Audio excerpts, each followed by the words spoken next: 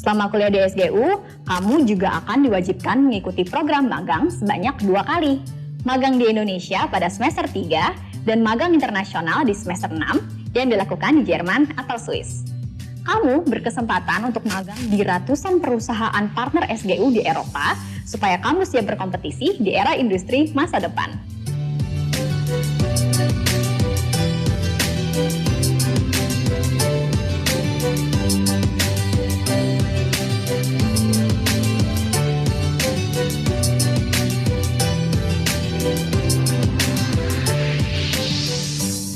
Tenang aja, selama di SGU kamu akan dipersiapkan oleh para dosen kami yang 90%-nya merupakan lulusan dari berbagai universitas ternama di luar negeri. Salah satu persiapannya adalah bahasa Jerman yang akan diajarkan kepada semua mahasiswa mulai dari basic. Jadi, kamu juga udah lebih siap untuk magang di Eropa.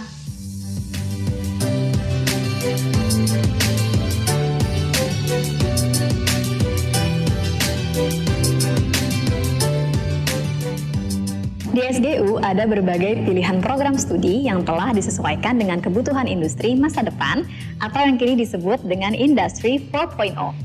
Yuk kita telusuri satu persatu. Fakultas yang pertama adalah Faculty of Engineering and Information Technology dengan 3 pilihan program studi. Di program studi Mechatronics Engineering, kamu akan dibimbing untuk mengenal berbagai pendekatan mesin, robotic system, elektronik, dan computer science.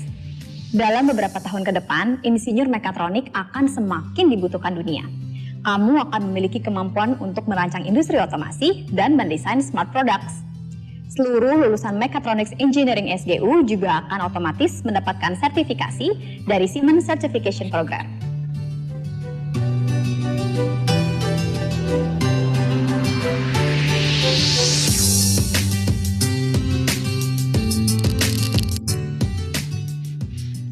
Pada Prodi Industrial Engineering, kamu akan belajar tentang cara mengoptimalkan sistem agar berjalan dengan efektif dan efisien. Maka dari itu, peluang karir seorang industrial engineer sangat luas. Kamu bisa mengambil peran di industri keuangan, teknologi, SDM, supply chain, dan masih banyak lagi.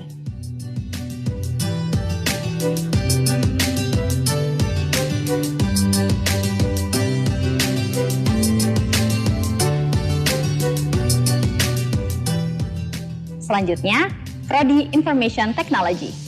Di sini, kamu akan belajar tentang cara memanfaatkan data dalam industri maupun bisnis. Kedepannya, kamu punya peluang karir untuk menjadi seorang data scientist. Bagi kamu yang punya ide bisnis di bidang teknologi, kamu juga berpeluang untuk menjadi seorang technology entrepreneur atau biasa disebut technopreneur.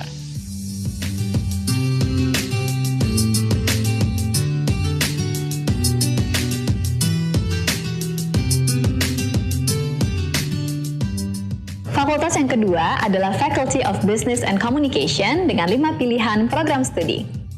Prodi Business and Management akan membekali kamu dengan pengetahuan, bakat, dan pengalaman di lapangan yang dibutuhkan untuk memiliki kemampuan manajemen yang efektif.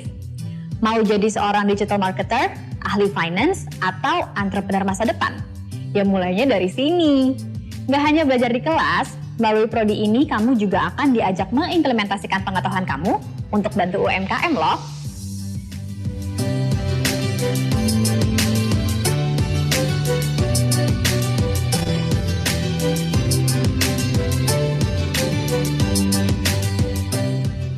Selanjutnya, ada Prodi Accounting and Data Analytics.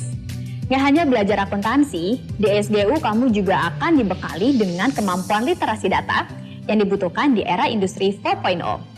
Dengan semua kemampuan tersebut, kamu akan lebih siap untuk menjadi auditor atau ahli pajak di perusahaan multinasional. Suka dengan proses branding suatu produk atau tertarik dengan berita global terkini? Kamu sih cocoknya ambil prodi Global Strategic Communications. Di sini kamu akan belajar banyak mengenai media dan strategi komunikasi, supaya kamu bisa menjadi seorang PR profesional maupun jurnalis masa depan. Lulus dari sini, kamu juga akan dibekali sertifikasi Junior PR dari Perhumas Indonesia atau Digital English Journalism dari The Jakarta Post.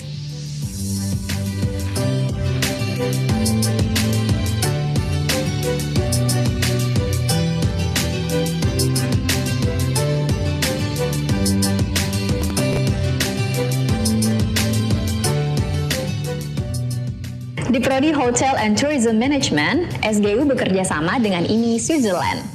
Kamu bisa belajar langsung di negara yang terkenal dengan perhotelannya. Lulus dari sini, kamu bisa memiliki kesempatan menarik untuk berkarir di hotel berbintang maupun kapal pesiar.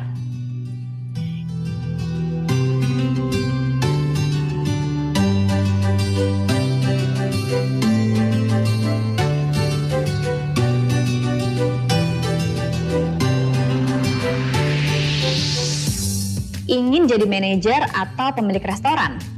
Kamu bisa mempelajarinya di International Culinary Business. SGU bekerja sama dengan IMI Switzerland.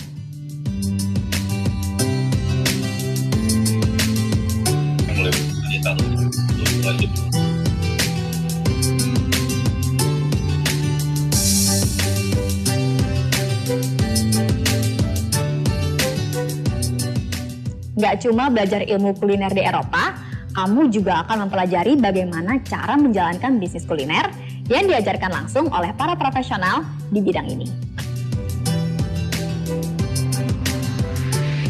Fakultas terakhir adalah Faculty of Life Sciences and Technology. Berikut adalah pilihan program studinya.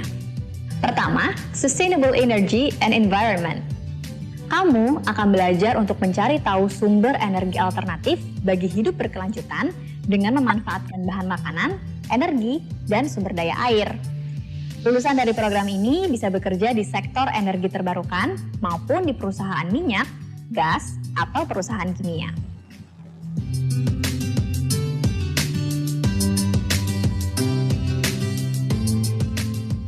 Kedua adalah Pharmaceutical Chemical Engineering. Kamu bisa mempelajari cara mendesain, mengoperasikan, dan mengoptimasi proses di industri farmasi. Saat lulus nanti, kamu bisa bekerja di perusahaan farmasi, kimia, dan perusahaan kosmetik juga loh.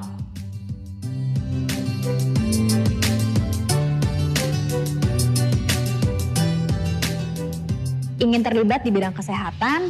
Nggak melulu harus jadi dokter. Kamu bisa terjun di bidang Biomedical Engineering. SGU menyediakan program studi ini supaya kamu bisa menjadi orang di balik penemuan vaksin serta berbagai alat kesehatan yang dibutuhkan dunia. USG, laser, stetoskop, semuanya itu ciptaan para insinyur biomedis. Terakhir adalah Prodi Food Technology. Kamu akan belajar mulai dari cara memproses bahan makanan mentah sampai packaging serta penyimpanannya. Setelah lulus dari prodi ini, kamu dapat bekerja di industri makanan dan berkontribusi untuk menyediakan sumber makanan di Indonesia atau bahkan dunia.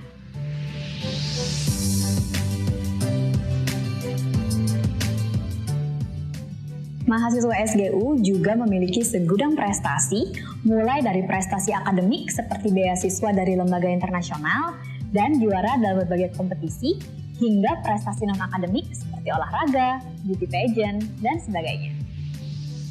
Baik berkiprah di depan layar maupun di balik layar, berbagai alumni SGU kini menyebar dan terus berkontribusi bagi dunia.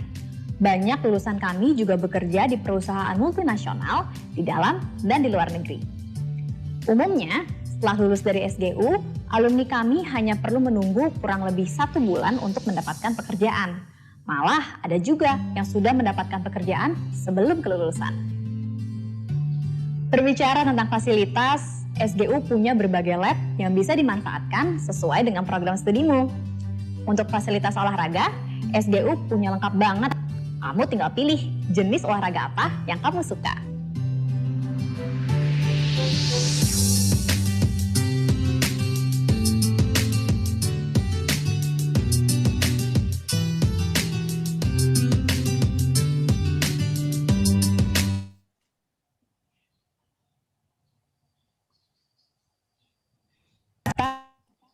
Kamu bisa menuju ke link yang ada di description box dan mengikuti alur registrasinya aja ya.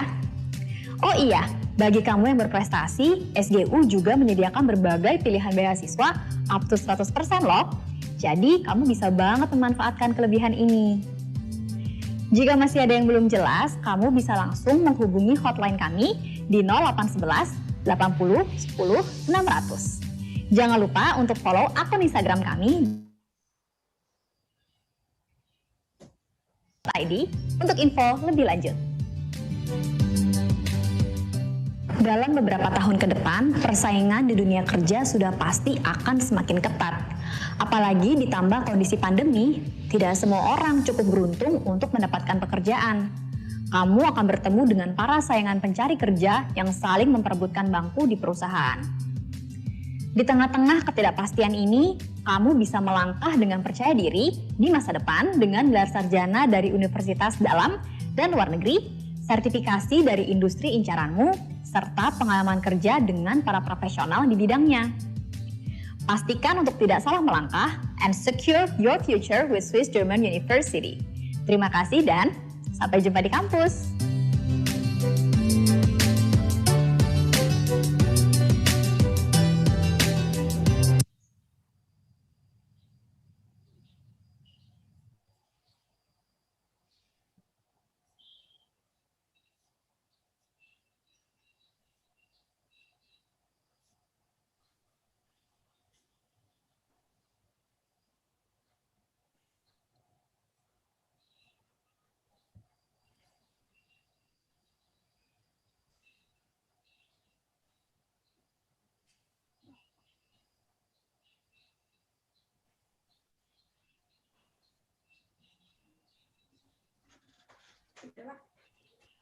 Udah ya. Ini jangan ke situ, ntar dulu udah itu.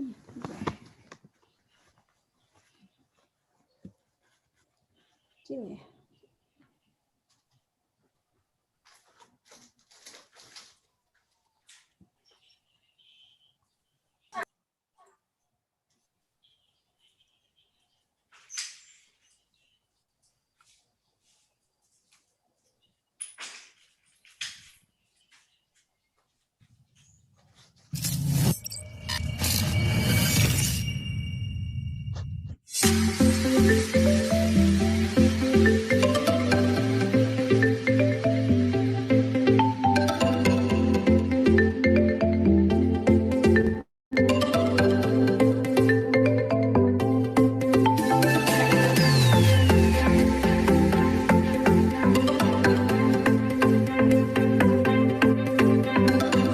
Fakultas Bisnis dan Komunikasi Universitas Swiss Jerman dan Masata Divisi Tangsel menyelenggarakan program pendampingan dan pelatihan UMKM dalam masa pandemi COVID-19.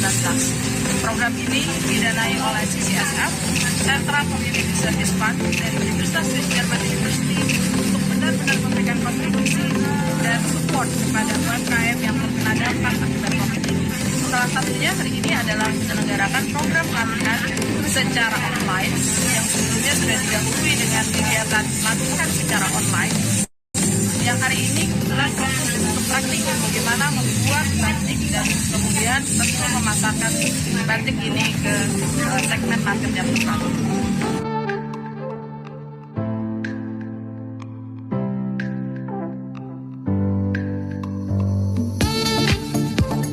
Sebagai salah satu penggerak UMKM di Kota Tangerang Selatan dan pengurus dari Masata DPC Masata Kota Tangerang Selatan, saat ini kami memberikan bimbingan kepada para pelaku usaha dari pendampingan Masata untuk memberikan pelajaran tentang teknologi batik dan pewarnaan. Kami optimis dalam memberikan pelatihan ini, para pelaku usaha pada masa pandemi ini bisa bergerak dan bisa melakukan aktivitas yang positif, tidak mengurangi daripada penerapan protokol kesehatan.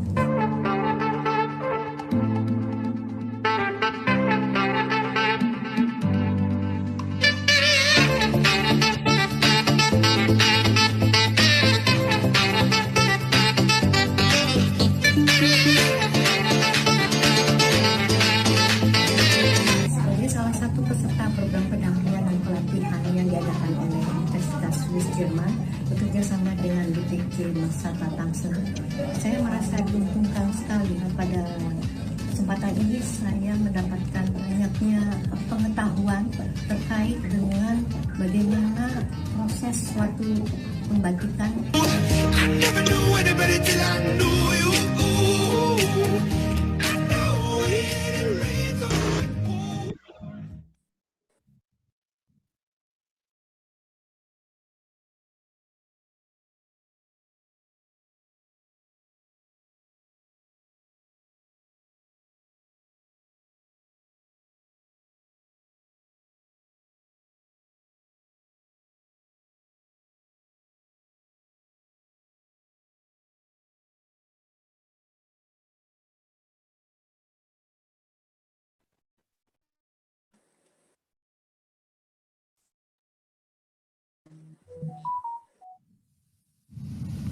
Universiti Malaysia Sabah UMS dengan kerjasama Swiss German University SGU di Indonesia sedang menjalankan penyelidikan mengenai kaedah mengurangkan jangkitan penyakit tuberkulosis TB dalam usaha menangani peningkatan kritikal selain penularan penyakit TB di negeri ini.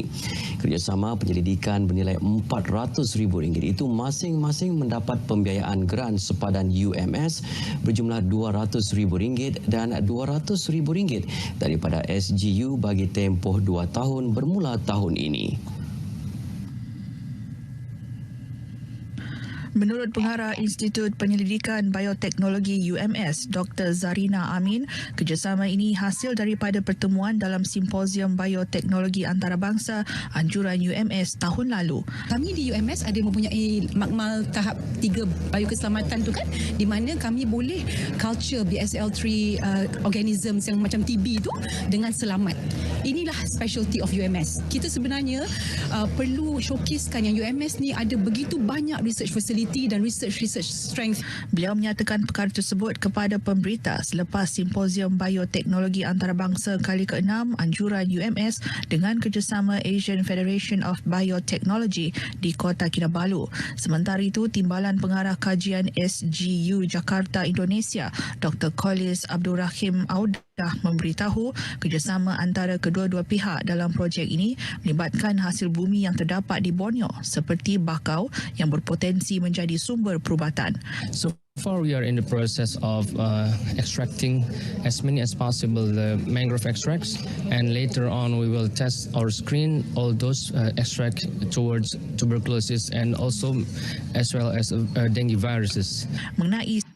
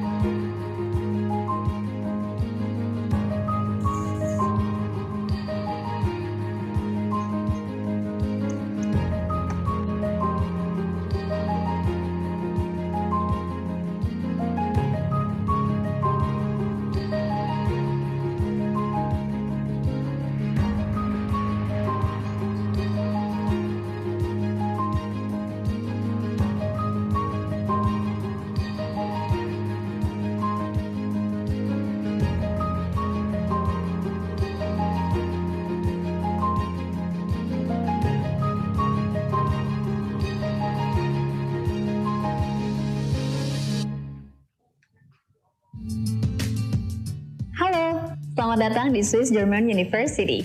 Hari ini aku akan mengajak kamu untuk melihat kenapa kamu harus kuliah di SGU. SGU adalah universitas berstandar internasional pertama yang ada di Indonesia. Kami memiliki program International Double Degree. Jadi setelah 4 tahun kuliah, kamu bisa mendapatkan 2 gelar sekaligus, yaitu gelar sarjana dari SGU dan bachelor degree dari universitas partner kami yang berada di Jerman atau Swiss.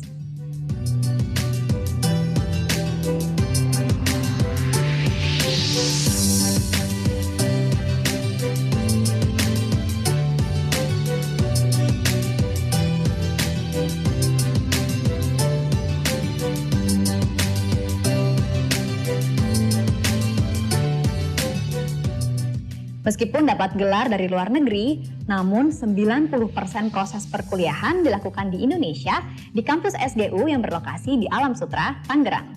Proses kuliah dilakukan dengan maksimal 25 mahasiswa dalam satu kelas. Karena berstandar internasional, seluruh materi perkuliahan juga akan disampaikan dalam bahasa Inggris.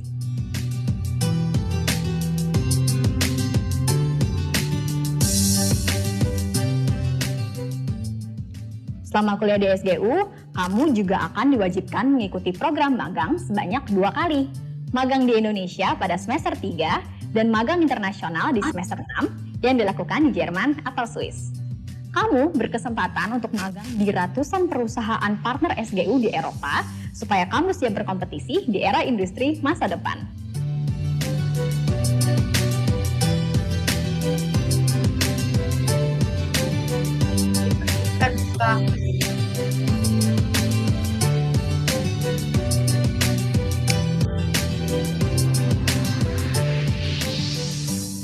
Tenang aja, selama di SGU kamu akan dipersiapkan oleh para dosen kami yang 90%-nya merupakan lulusan dari berbagai universitas ternama di luar negeri.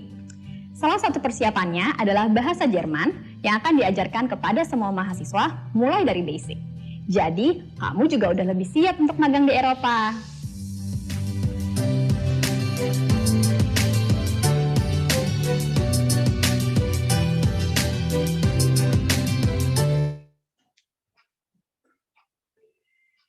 Program studi yang telah disesuaikan dengan kebutuhan industri masa depan atau yang kini disebut dengan Industry 4.0. Yuk kita telusuri satu persatu. Fakultas yang pertama adalah Faculty of Engineering and Information Technology dengan 3 pilihan program studi. Di program studi Mechatronics Engineering, kamu akan dibimbing untuk mengenal berbagai pendekatan mesin, robotic system, elektronik, dan computer science. Dalam beberapa tahun ke depan, insinyur mekatronik akan semakin dibutuhkan dunia. Kamu akan memiliki kemampuan untuk merancang industri otomasi dan mendesain smart products. Seluruh lulusan Mechatronics Engineering SGU juga akan otomatis mendapatkan sertifikasi dari Siemens Certification Program.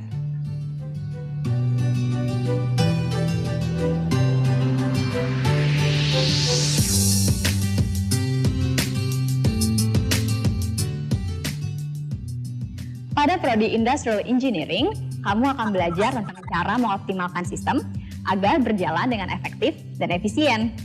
Maka dari itu, peluang karir seorang industrial engineer sangat luas. Kamu bisa mengambil peran di industri keuangan, teknologi, SDM, supply chain, dan masih banyak lagi.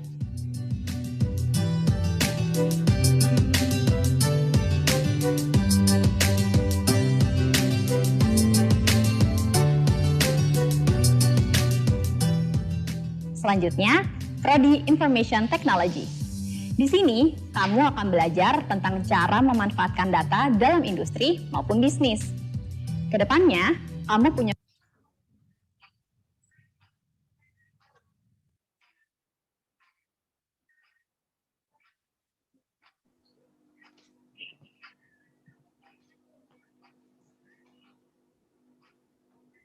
Ladies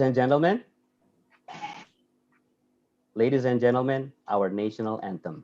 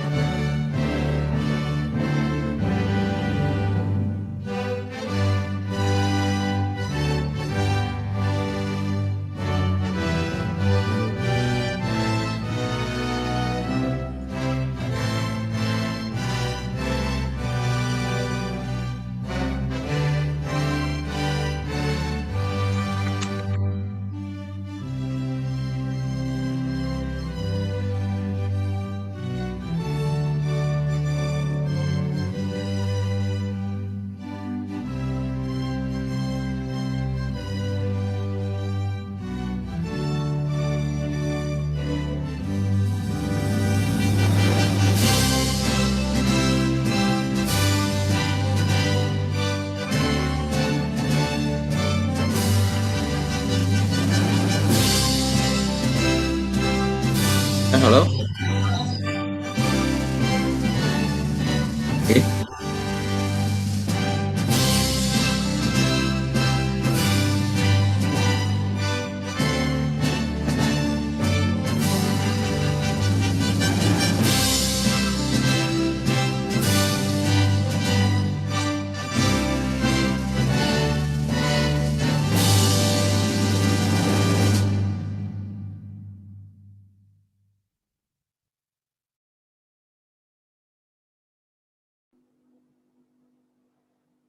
Yes, good morning to Dr. Irfan Setiadi Kartawirya, Vice Rector 1 for Academic Affairs, Swiss German University. Dr. Holis Abdurrahmin Auda, Director of Academic Research and Community Service, Swiss German University. Mr. Muhammad Riyad Rizki Adam, ST MSM, Chairman of SGU Symposium 2021. Dr. Insinyur Yosman Bustaman, Chairman of Senate and Head of SGU MBA program, which is also holding the International Business Forum in conjunction of the SGU Symposium.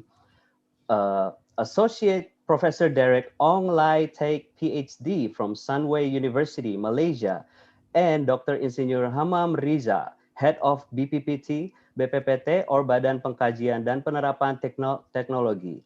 Distinguished guests, fellow lecturers, and beloved students, I would like to welcome you all to SGU Symposium 2021 with the theme of Achieving Competitive Advantage for Business Turnaround Through Innovation During and Post-Pandemic Era.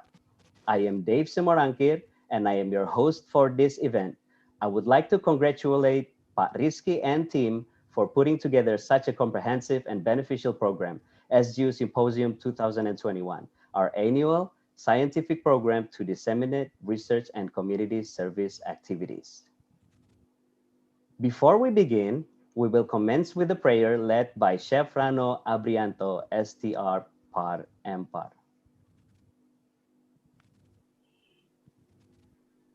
Thank you, Mr. Dave. Assalamualaikum warahmatullahi wabarakatuh. Good morning, all the participants of this symposium event. Firstly, I would like to apologize. This prayer will be led on the Islamic ways. A'udzubillahi minasyaitonirrajim. Bismillahirrahmanirrahim. Alhamdulillahirabbil alamin. Hamdan yufi'i ni'mahu. Nahmadu wa nasta'ibu wa nastaghfiru wa na'udzubillahi min syururi anfusina wa min sayyiati amalina. Min yahdihillahu fala muhdilahu wa min yudlihu fala hadiyalahu. Ya Rabbana walakal hamdu walaka syukru. Allahumma sholli ala Muhammadin fil awalina wal akhirin. Ya Allah, please make this symposium event as a useful science assembly which produces beneficial results for the health, safety, and prosperous of our people and our country. Ya Allah, please give us a directions and a guidance to us so that we can help this symposium well for our community in the future. Ya Allah, please help us in the future. Please let us getting free and let us free from this disease of the COVID-19 so we can do our own activity as usual anymore. Rabbana atina fid dunya hasanah wa fil akhirati hasanah tawakina azabannar. Subhana rabbika izzati amma yasifun wa salamun ala anbiya'i wal mursalin walhamdulillahi rabbil alamin. Assalamualaikum warahmatullahi wabarakatuh.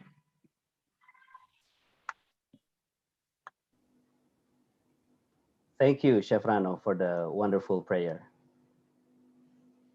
Up next, the chairman of SGU Symposium 2021 will deliver his report. To Mr. Muhammad Rizki Adam, ST MSM, please take it away. Thank you, Pak Dave. Thank you, Parano, for your support. Good morning, everyone. Assalamualaikum warahmatullahi wabarakatuh. Alhamdulillahirabbil alamin wassalatu wassalamu ala isofil anbiya wal mursalin wa ala alihi wa sahbihi ajmain amma ba'du. Greetings to Vice Rector of Academic Pak Dr. Irfan S. Kartawirya MSc. Thank you, Pak, for your coming. We really appreciate. And thank you also for our keynote speakers who have come today this morning. And greetings to all deans. I can see Ibu Nila from Business and Communication. Dr. Nila, thank you Ibu for your coming, and as well for Pak Maula and for Pak Dr. Samuel from LST. Thank you for your coming. And greetings to all department heads, colleges, invited guests, and speakers. Thank you very much, Bapak Ibu, for your attendance and participants in this morning. Allow me to introduce myself. I'm Muhammad Riyad Rizki Adam, Chairman of the SGU Symposium 2021. I'm very honored to be here, to welcome you to our scientific program, SGU Symposium 2021. You might be still wondering what SGU Symposium is. SGU Symposium is actually our Swiss-German University's annual scholar or scientific program that actually facilitates funded researches and community services to our all faculty members, our lecturers and students in Swiss-German University. Amid so many challenges in this pandemic situation, SGU, Swiss-German University, has succeeded in still funding all the researchers' studies, and we welcome you with a total of 24 research papers and 8 community service activities under the theme of achieving competitive advantage for business turnaround through innovation during and post-pandemic era that soon, of course, will be disseminated to the world with very various and unique topics from 5 different research centers in SGU. Actually, we have Business and Communication Research Center, we have Technology and Innovation, we have Renewable Energy and Energy Conservative, we have Food and Health Research Center. Last but not least, we have Community Service and Business Incubators Research Centers. And also, we have today, in conjunction with Symposium, we have IBF, Bapak Ibu, International Business Forum. Actually, that program facilitates our MBA students to disseminate their thesis. So please, Bapak Ibu, join all the presentation sessions we have, including our long-awaited keynote speaking session and invited speaking sessions. Today, we have Professor Derek. Thank you. I have seen Professor for your coming, Prof, from Sunway University, Malaysia. Really appreciate.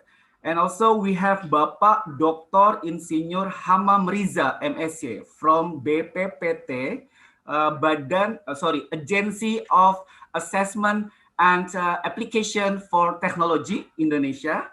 We have Professor Dominic from Fachhochschule Südwestfalen, Germany. Hopefully I pronounce it well, And Bapak Dr. Haria Damar Widi Putra ST MCom from Perbanas Institute Indonesia. Tomorrow, Bapak Ibu, we have Bapak Nuki Agia Utama PhD from ASEAN Center for Energy. And also we have Professor Dr. I Misri Gozan from Universitas Indonesia. We have Professor Dr. Engkuat, last but not least, Professor Dr. Engkuat Triana from Universitas Gajah Mada, Indonesia. So please enjoy all the sessions, Don't miss any sessions, hopefully. And by this as well, I would like also to congratulate for all the great researchers from SGU who are going to disseminate your works, our works, because I have to present as well. For the last 9 or 10 months, we have done these studies, So please, it's the time for us, for you guys to celebrate your findings, your works to the world. Hopefully, the world can get something and for the better of our community.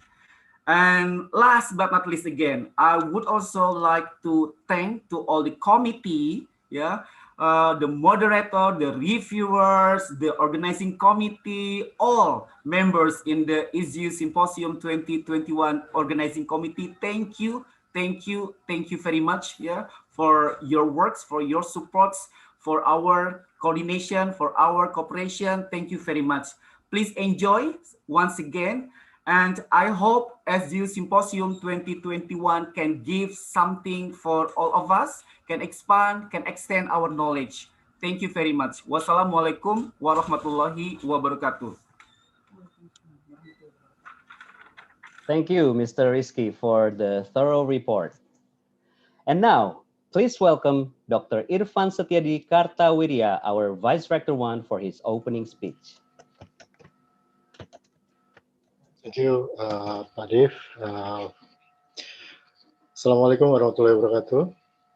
Very warm good morning to all guests, speakers, participants, and from the Swiss German universities, the deans, the directors, fellow lecturers and leaders, and especially the committee of the Swiss German University Symposium 2021. It's an honor for me to address the opening of this symposium. As mentioned by Muhammad Rizky Riyad, that SGU Symposium is our regular event. But that doesn't mean that it is just a usual event. It is always a special event because it is a part of series of international conference that was held and hosted by Swiss German University in the context of disseminating and publishing research results, progress, and ideas to general public and also to fellow researchers in many parts of the globe. The topic of this year's symposium is achieving competitive advantage for business turnaround through innovations during and post-pandemic.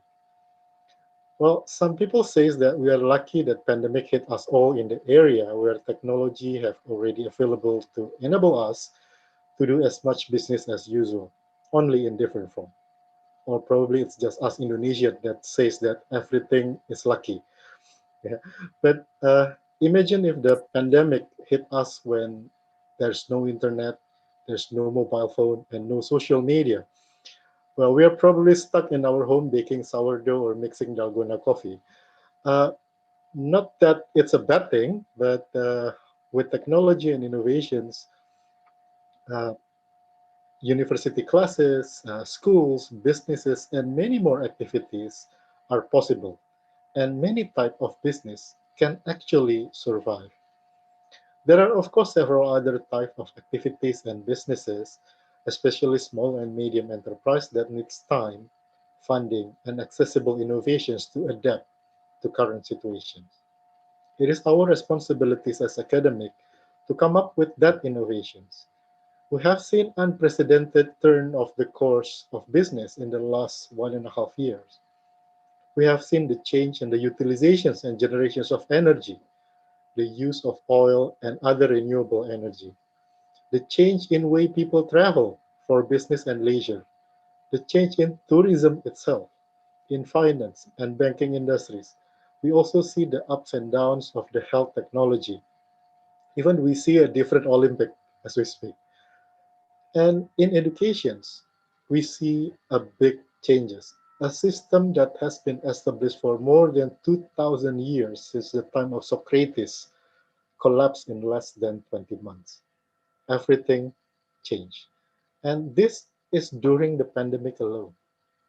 How the conditions post-pandemic? We can be sure that things will change even more. The new normal is definitely not the normal we used to know. And here are the importance of preparations.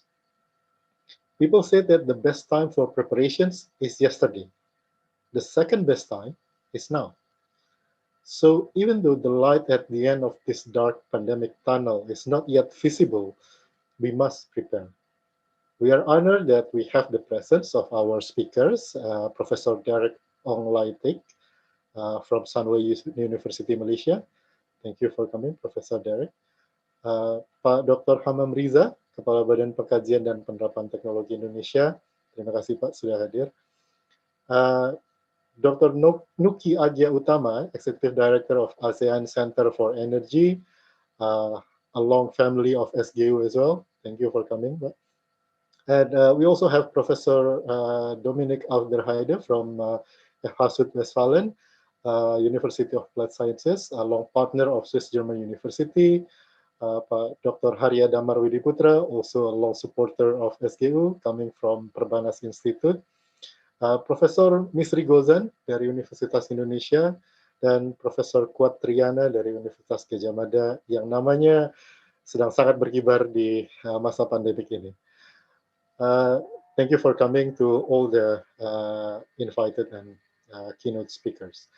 I believe that the thoughts that they are conveying in this symposium will be as inspiring as well as mind-opening to start further innovation and further collaboration among us all.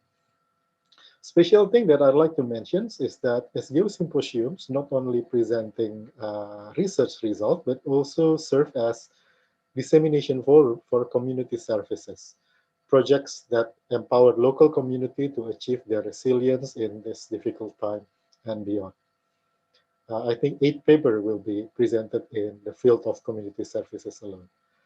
I thank all the committees and all supporting parties, especially SGU Academic Research and Community Service Directorate that made this symposium possible.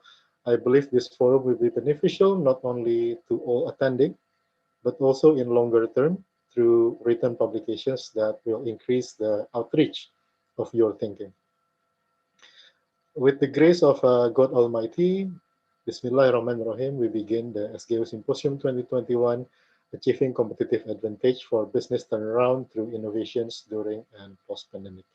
May we are all granted health and happiness always. Thank you very much. Wassalamualaikum warahmatullahi wabarakatuh. A very good morning. Waalaikumsalam warahmatullahi wabarakatuh. Thank you, Pak Irfan.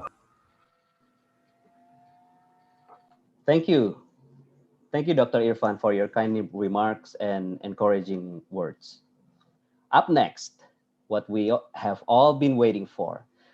We are very fortunate to have 2 wonderful keynote speakers today. Our first keynote speaker earned his PhD degree in management or marketing intelligence from Multimedia University. His master's degree in applied statistics in University of Malaya and bachelor's of science with honors in computer science, University Science Malaya, and also having acquired many grants awarded and also a lot of research work. Currently, he is associate professor, senior lecturer, and in Sunway University Business School ethics chair from the year 2020 to right now, and also Sunway Lancaster Masters in Business Administration Program Leader. So ladies and gentlemen, please welcome Associate Professor Derek Ong Lai Teck, PhD. Thank you. Thank you, everybody. May I just wish everyone salam sehat selalu dan semoga kita semua hadapi cabaran COVID dengan begitu tenaga dan juga resilience, yeah. And I want to thank you, Mr. Muhammad Ricky, for reaching out to me. How many days ago? And I want to thank him for giving me this opportunity to speak in this research symposium, and I think it's a great honor that he has given me. I would like to share my screen. Actually, Ricky, you did ask me if I don't have any slides, it's okay, but being the perfectionist in me, I actually prepared some slides, and I'm just going to see if I can share it now. I would like to begin by saying what Dr. Irwan said about only Indonesians are feeling lucky about the pandemic. Sorry, can I just ask and see if everybody can see my screen? Ricky, are you okay? Can you see my screen? Yes, ready, Prof. Good. Thank you, Prof. Not yet. Okay, good. Right. I would say adding on to what Dr. Irwan has said about the pandemic, it's not just that we are lucky, but we are lucky because the pandemic has given us a wake-up call. And this is the thing that we need to realize during this time. And I'm so glad that I wrote this article. Actually, this is an article that I published in the local newspapers not too long ago, a few days ago. And I would like to share this, the insights that I had with you guys. My thinking is that we are all on borrowed time, and time is up. Yeah, that's what I want to say. Time is up. That's why we need to start rethinking, we need to start redefining, and we need to start looking at what it means to reinvent ourselves, to engage, and to really, really reach towards a certain idea of what the triple bottom line sustainability actually means. Okay. To me, sustainability is a word that a lot of people take for granted, because a lot of people feel that sustainability is just about me doing something good for the environment, which is good. However, we tend to fail to forget that every single thing that we do has its consequences, and every action and every decision made by companies, individuals, they are all interconnected. We are living in this world of interconnectivity.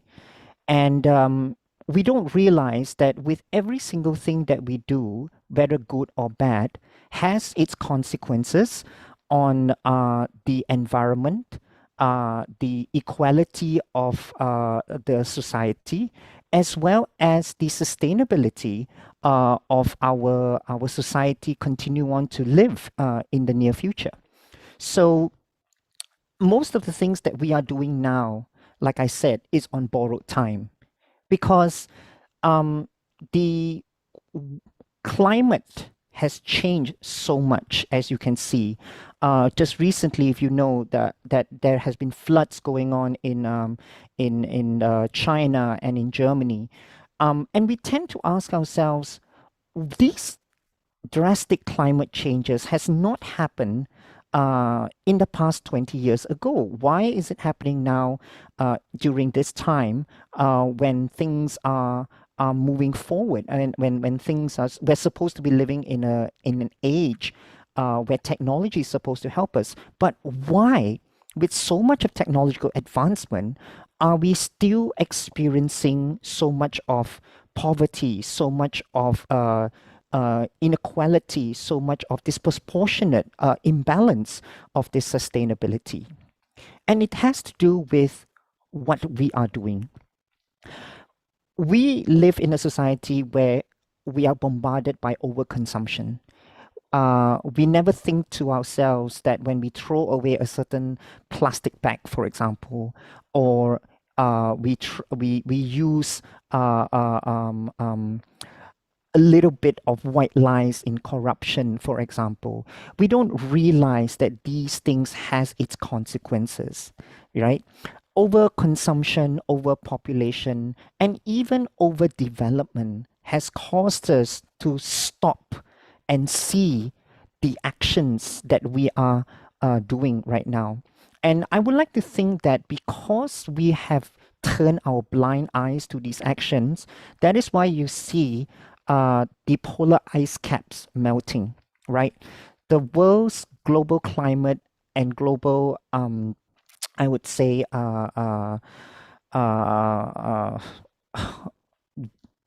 sorry, the heat in the world global climate is going up, right?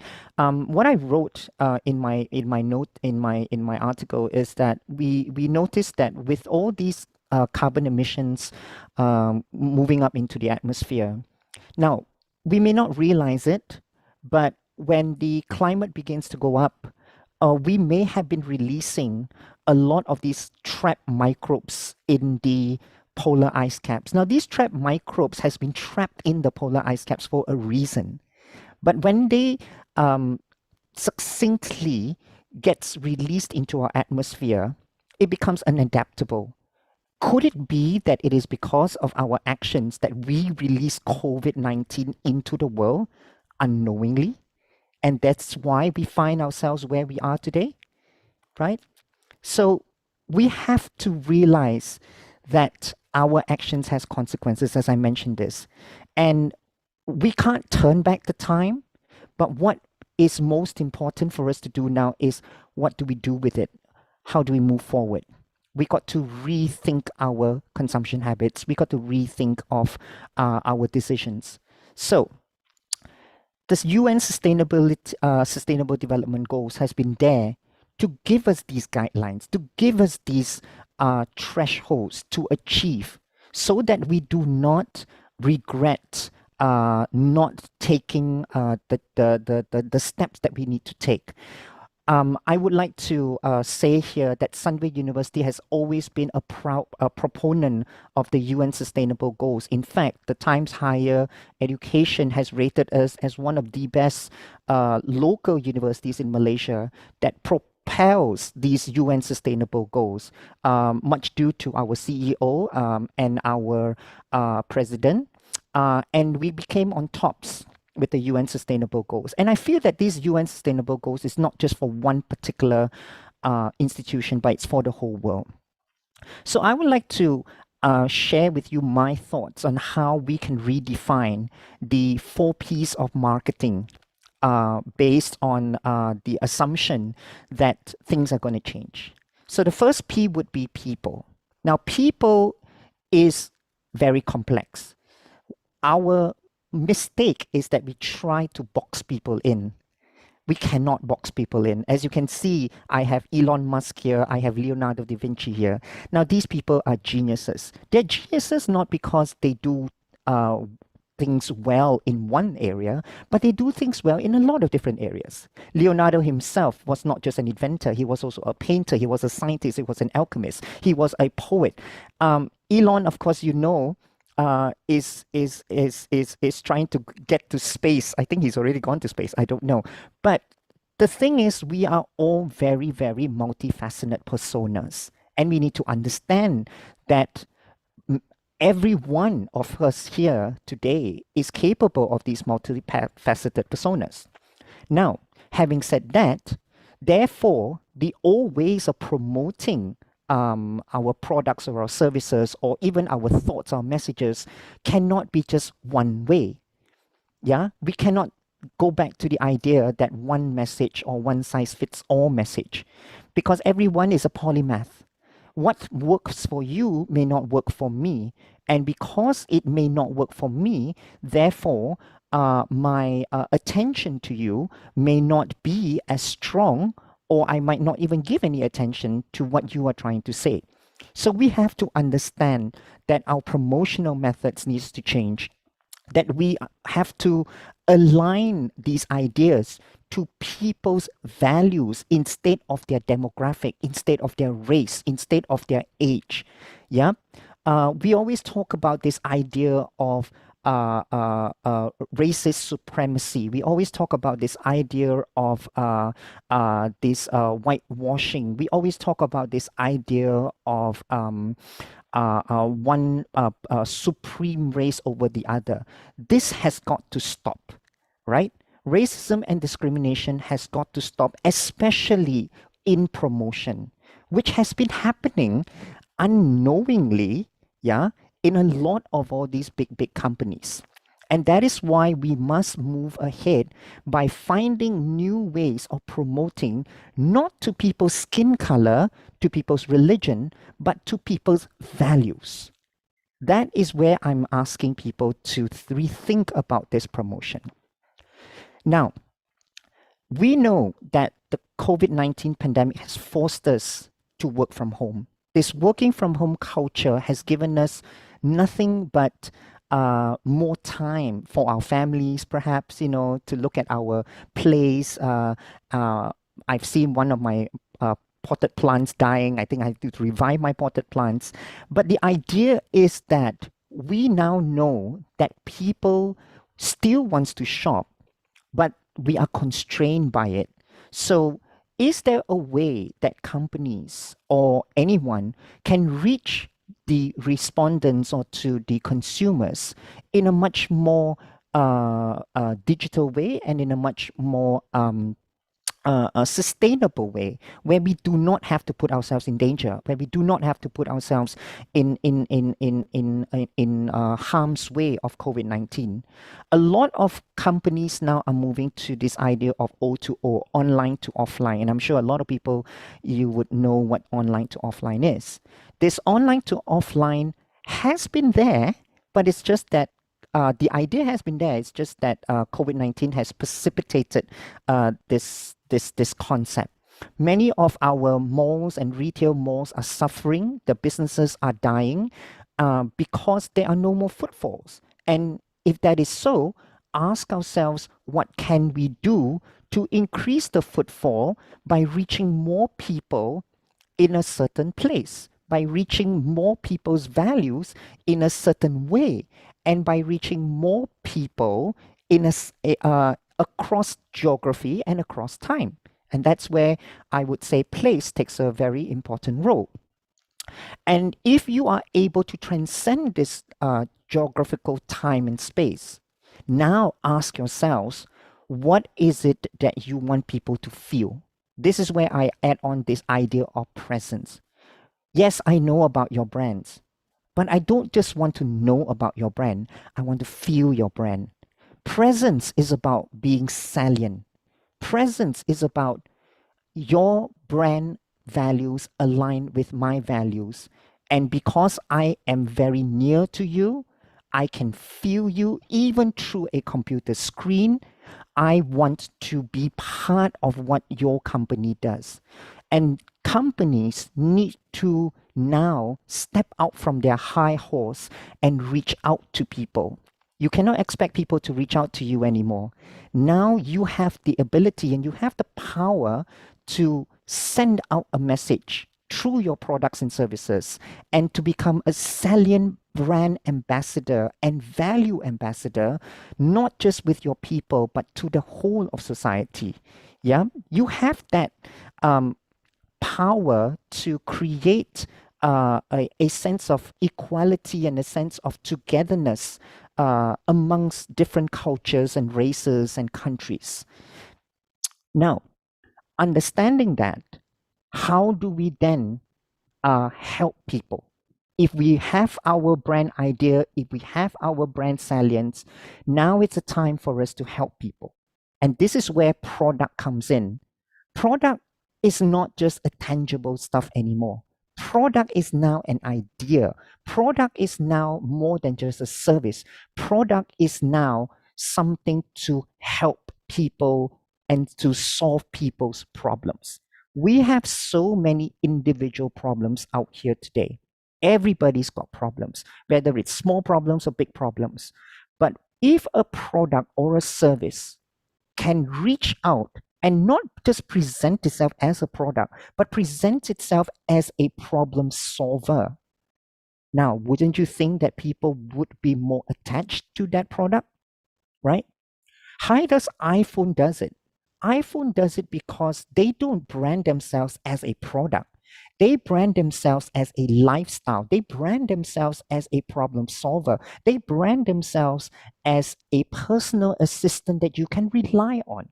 And this is what we need to augment all our products and rethink about our products, not just from a dimension, color, design, but more from the idea of how is this going to help people? What do people need now? Augment your product and service and help people. Yeah, I also gave one of the examples in my write-up. The travel industry right now is hurting.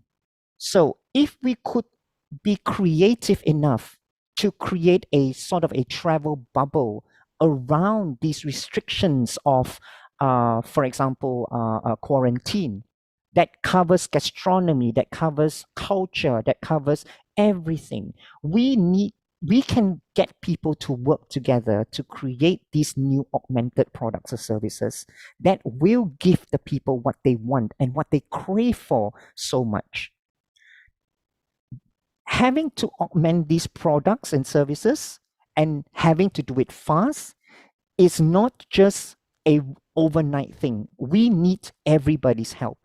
And hence, therefore, my next P, the process, needs to be about creating less layers in the augmentation of these products. There must be openness in sharing information and data. There must be openness in accepting people's ideas, right? And there must also be a bullwhip effect, I would like to call it. Small little changes to the way things that we have done, but create a strong impact. Where can we re-look at our process so that all these things can come out fast, but also effective, right? The last two P's I want to stress on is something that a lot of us Asians never like to talk about, which is price and profit. Let me just talk a bit about price first. We always think that in order for us to get something, we have to give something, correct? That's true. But most of the time, we think about that thing that we give is all about monetary value. Well, could it be that that besides monetary value, we can think of price as also the act of sacrificing our time and effort?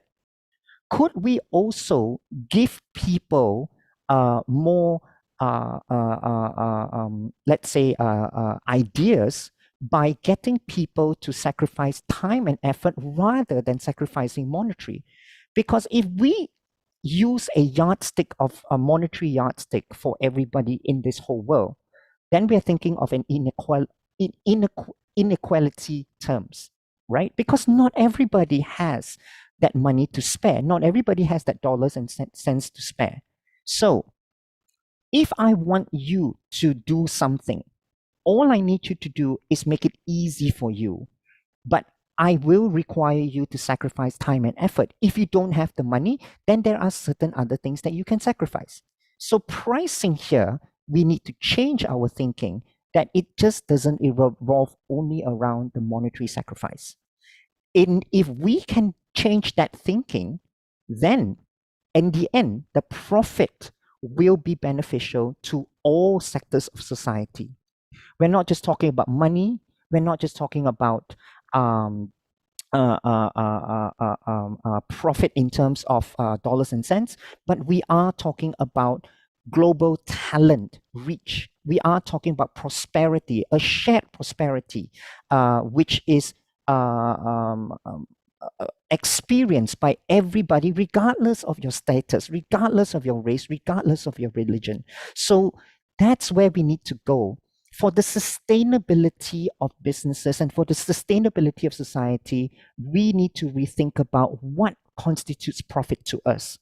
Can we do away by just looking at the bottom line on the ledger, on our accounts balance sheet, and look beyond that and look at what talents are we nurturing in the near future? What new things are we trying to solve in the near future? What new problems are we trying to solve? So all in all, these 8 Ps really talks about how we can interconnect our ecosystem for true sustainability.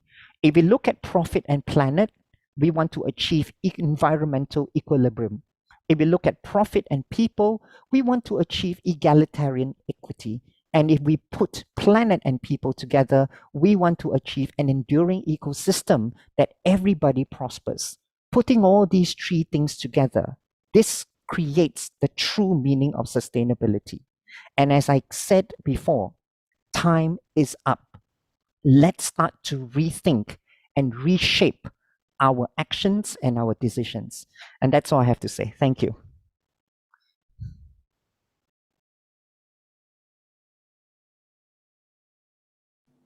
Thank you, Prof. Thank you, Prof. Derek. Thank you. Yes, thank you for the powerful speech. Yes, it is true that we are lucky that the pandemic has actually given us a wake-up call. The time is indeed up, and we really do have to realize our actions and that our actions create consequences, and that sustainable development is key. So we need to rethink our actions for sure. Okay, once again, thank you, Prof. Derek, for the powerful speech. For our second keynote speaker, I would like to invite Dr. Insinyur Yosman Bustaman, Chairman of SGU Senate and Head of SGU MBA program, to introduce and moderate this session. Dr. Yosman, please take it away. Thank you, our MC Dave Simorangkir. Okay, so again, good morning, everyone. Assalamualaikum warahmatullahi wabarakatuh. Now we have another distinguished invited speaker who will present his current view on the challenge, opportunity, strategy building innovation ecosystem. He is Bapak Dr. Insinyur Hamam Riza, MSc, Master of Science, and IPU.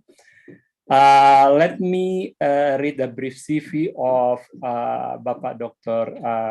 Hamam Riza. As stated before, he is the chairman of BPPT. He has an extensive experience in ICT with emphasis in artificial intelligence, enterprise information system, cybersecurity, broadband and mobile communication with in-depth experience in the research, development, engineering, and operation of IT system and network. Meanwhile, from his background of education, we can see that he really has an experience. Yes, so it's supported by his education background. He studied electrical engineering from Institute Teknologi Bandung, graduated in year 1986, and continued his study in Master of Science, Department of Computer Science, University of Kentucky in 1991, and completed Doctor of Engineering. It is also in computer engineering, if I'm not mistaken, from New Mexico State University, and also from the Institute Teknologi Bandung in 1999. So please welcome Dr. Hamam Riza. Okay, so before presenting his presentation, so do you mind if we take the photograph with the audience to take this moment, Pak Hamam? Yeah. Okay, sure. Host, please.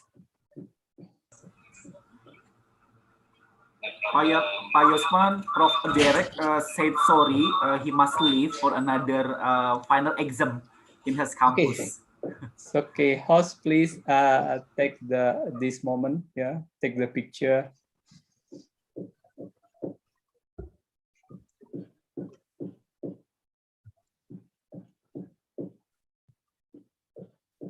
See, finish or not? Oke, saya foto dari page pertama dulu. 1, 2, 3. Oke, page pertama sudah. Saya foto di page kedua. Ya, 1.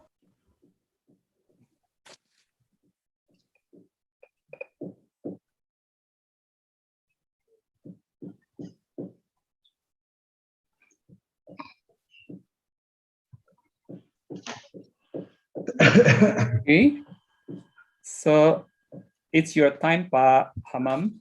Oke, terima kasih Pak Yusman. Bismillahirrahmanirrahim.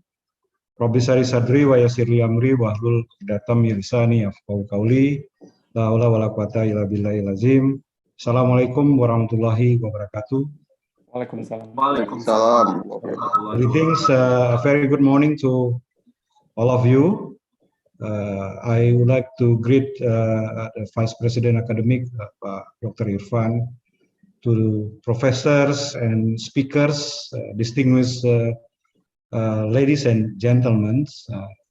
Also, I would like first to thank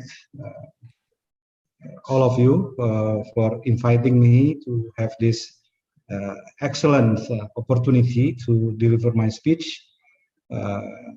It is really my pleasure to be part of the SGU Symposium 2021 with the theme Achieving Competitive Advantage for Business Turnaround through Innovation During and Post-Pandemic Era.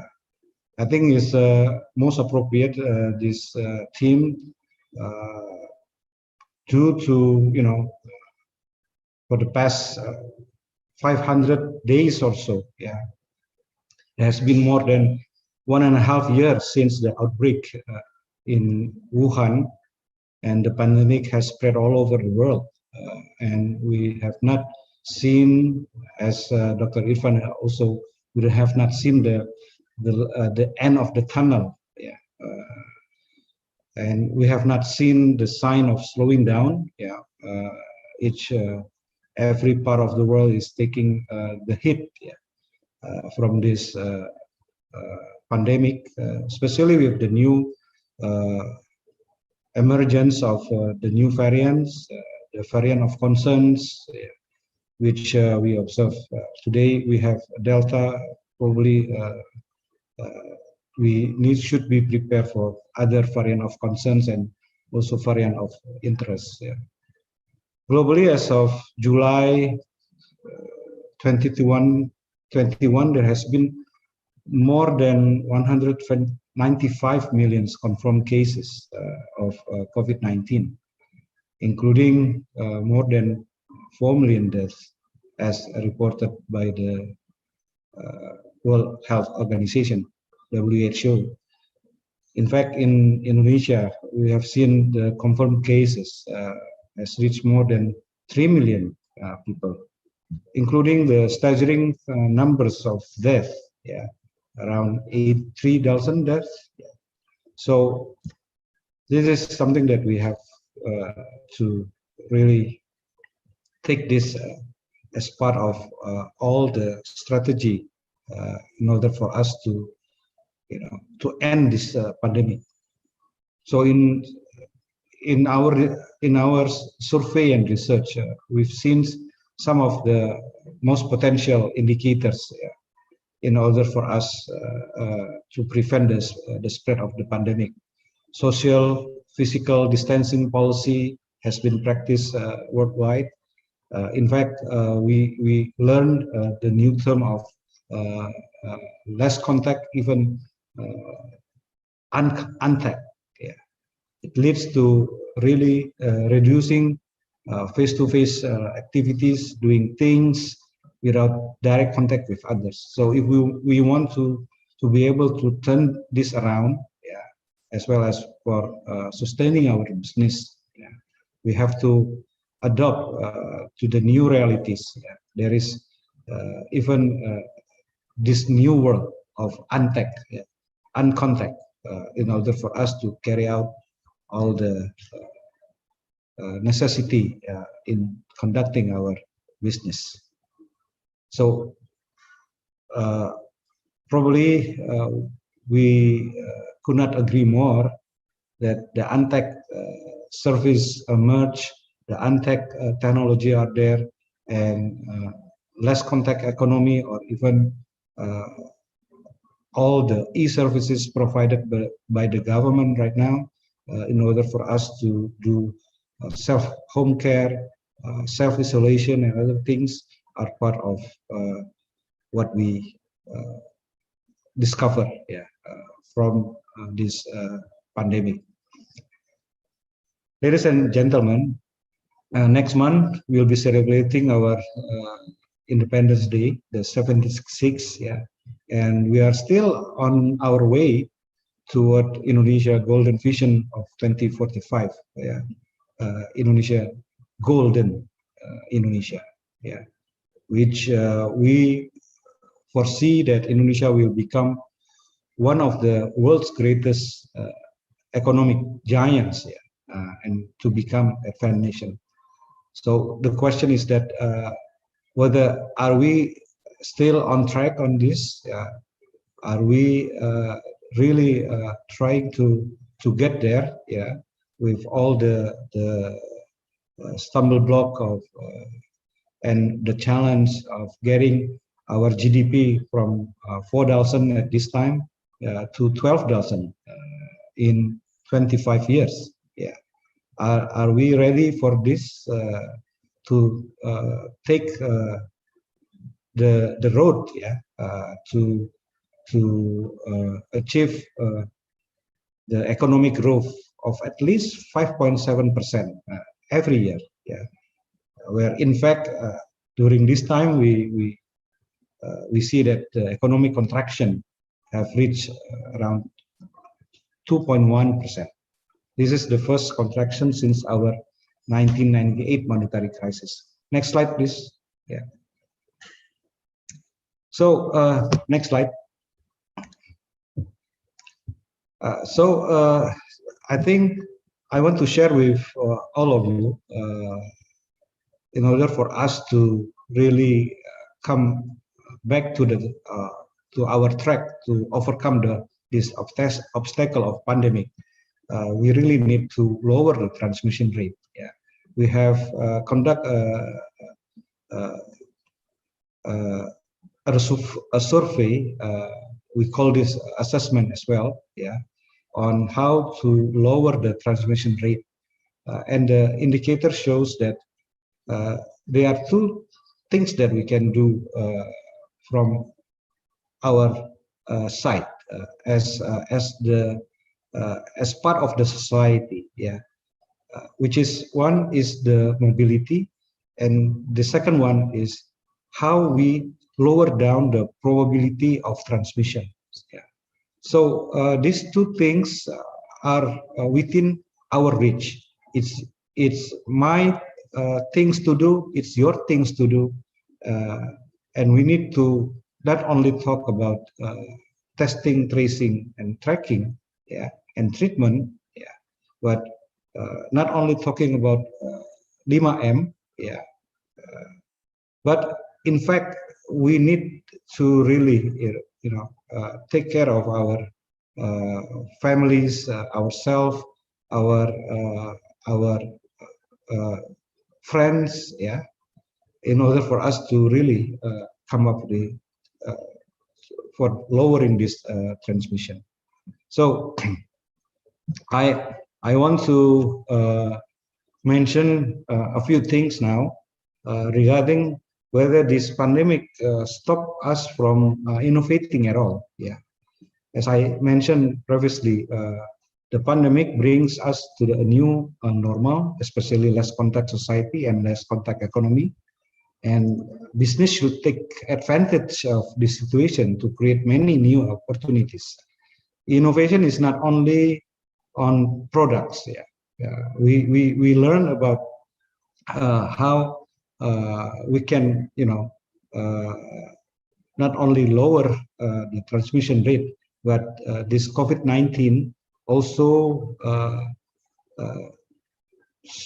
suggests us to really be creative, yeah, and we should try to foster all the knowledge that we have to increase the innovation, even within the area of working from home. Yeah, mostly during this lockdown period. Yeah, and all the means for the new regulation and new normal in Indonesia should make it as the multi-stakeholder in research and development collaborate, which will lead us to open innovation.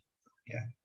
So Indonesia has put many strategies, yeah, actually, in combating this COVID-19, and I want to show you some of the initiative that we have conducted within the ecosystem, yeah, the innovation ecosystem for healthcare that we have done during these difficult periods starting in 2020.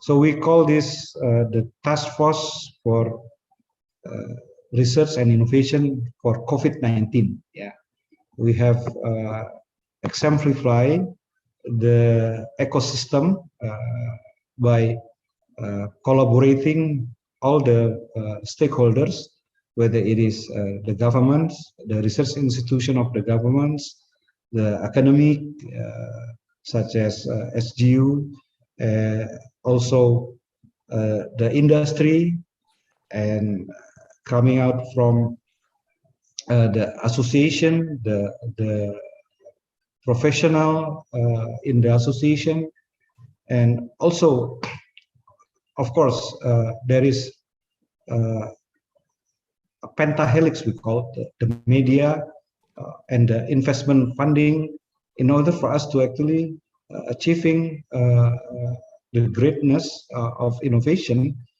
even in the difficult time of pandemic COVID-19. So,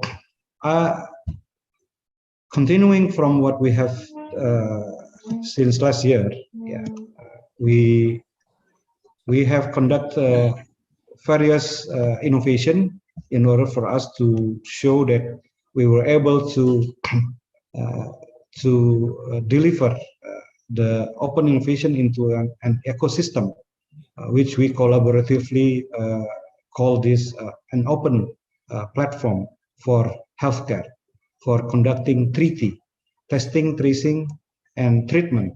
Yes, this includes the antibody, the protein recombinant of rapid diagnostic test kit as raw material, the PCR test kit, whether it is coming from our own industry, the biopharma industry, and from the startup company such as Nusantics. We have also conduct AI for diagnostic for COVID-19. We did the SPR biosensors, ventilators, mungkin slide sebelumnya, ya, whole genome sequencing. Also, we deliver the biosafety level 2 mobile laboratory, among others. So I want to show this in order for us to give you our hand, yeah, so that we can even expand the collaboration among this open innovation platform that we have built during these past years. Yeah, even most of this product were launched by President Joko Widodo at the Merdeka Palace during the Hari Kebangkitan Nasional, which is the 20 May of 2020. So, are we going to stop from this?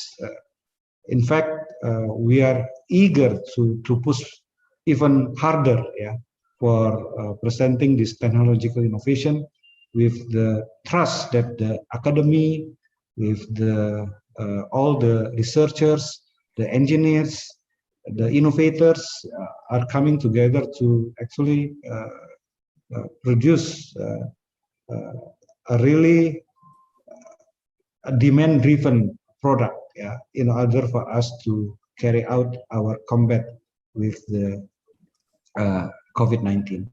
The innovation ecosystem is being put as a test for all of us to actually to present new things. Yeah,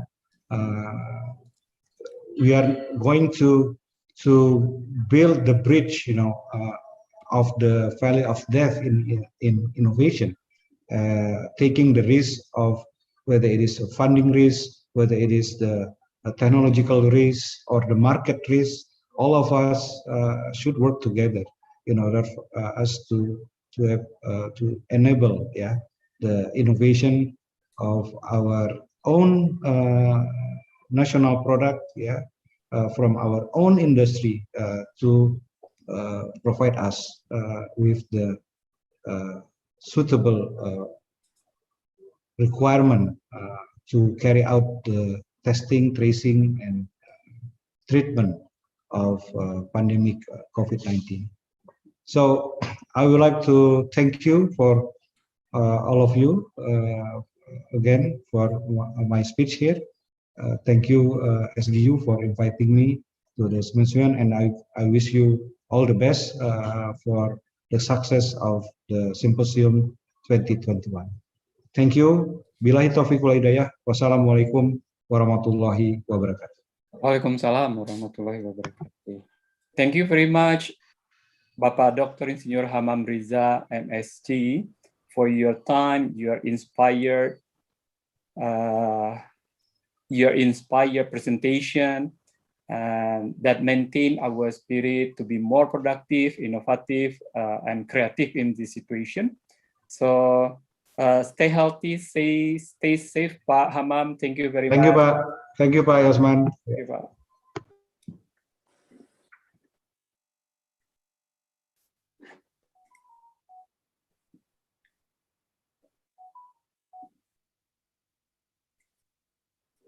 Okay, now we go to the our second session.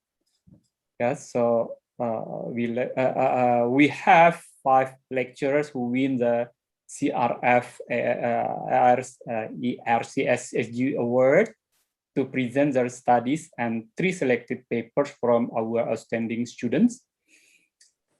Before we begin with the first presenters, let me introduce our reviewers today. So good morning, Dr. Insinyur Soekardi Silalahi, MBA. He is lecturer from MBA program. He held some executive position last time in telecommunication industry. And Ms. Esmeralda Melissa, PhD, our lecturers and Deputy Head of Global Strategic Communications, or GST, study program in our SGU. And the first presenter is Bapak Dr. Subowo Musa. Okay, so please, Pak Subowo Musa. So before this is our rule here. So the presenter will have 8 minutes to present his or her study, and followed by 7 minutes question and answers. Okay, and then the question will be raised by the reviewers first, and then the floor also have an opportunity to ask the question after the reviewers. However, the question from the floor should be written on the chat. Okay, so without further ado, please, Pak Subowo Musa. Okay, good morning, everybody.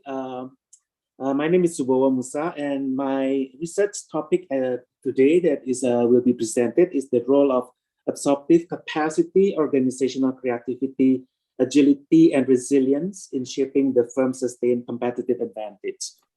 And some of the things that we would like to talk within this 8 minutes is one of the background why we do this, and then what are the research model that we will looking at, and what are the unit analysis, and we will briefly share about the demographic of the profile of the respondents, and then the research findings. I think one is the more interesting one is on the discussion, and then as well as on the conclusions. So let's look at what is the background. So when we talk about this, the background is obviously, as we hear since this morning, about the unprecedented COVID-19 pandemic disruptive forces. So that we use as the condition that where we do this research. And then we look at from the business perspective of it. We also learn, and a lot of all the country are talking about the contraction in the economics. And we also see the rise in the bankruptcy filings across the globe. And oftenly right now, when we discuss with the companies, with the firm, the general theme is how we want to survive, how we survive this pandemic. So it's in the survival mode. So from this business perspective, we would like to know what are the capabilities that we need to really build in order to be resilient or to be in line with this survival mode. So, but on the academic perspective also, when we look at the scholars, they also question about the capabilities. Okay, what are the capabilities that need in order for cope with these disruptive forces? And then the capabilities in chaos, meaning that these capability how they are interconnected one to each others. And then last but not least is there's still a blur boundaries that are not clear between these capabilities. So from the academic perspective, there's some overlapping on this. So this research is trying to clarify or to confirm the boundaries of these capabilities. Now, when we look at the models, when we talk about the capabilities, so we focusing on these 4 capabilities. One is the absorptive capacity, which is the acquire information and how you assimilate and how you transform and how you exploit those knowledge and the information. And as the previous speaker was saying, that we need to build this knowledge for this innovation. So this has something to do with it. And then the next is organizational creativity, is basically how you develop ideas, how you generate the ideas. And then agility is basically is how you be able to adaptive to the new normal, to the new condition, to the new environment. And then for the purpose of how you would then build this resilience. So when we talk about this, is basically is under the underlying theory is the organizational capabilities. And then last, that capabilities is hoping that we will sustain or even enhance the competitive advantage. So with this model, then we would like to look at the relationship. So then we'll be able to set the boundaries within these capabilities. Now, the next one is the unit analysis. The unit analysis is basically the firm in Indonesia, and there are 85 firms across the board. The industry is varies from hotel and tourism to banking, and then to manufacturing. And in terms of the demographic profiling, I would say this is mostly the large corporation, and then we have a medium, and also we have a small, and we have a startup company.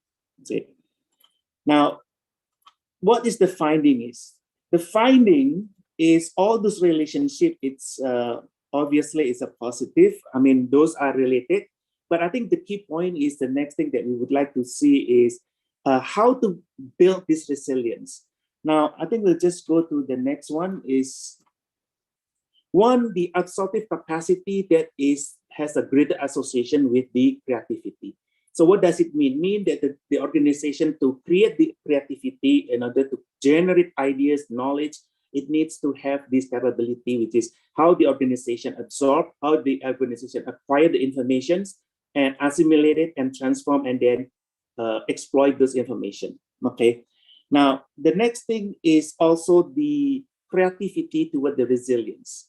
Now, in this pandemic, we found that creativity has a greater association to the resilience compared to the agility.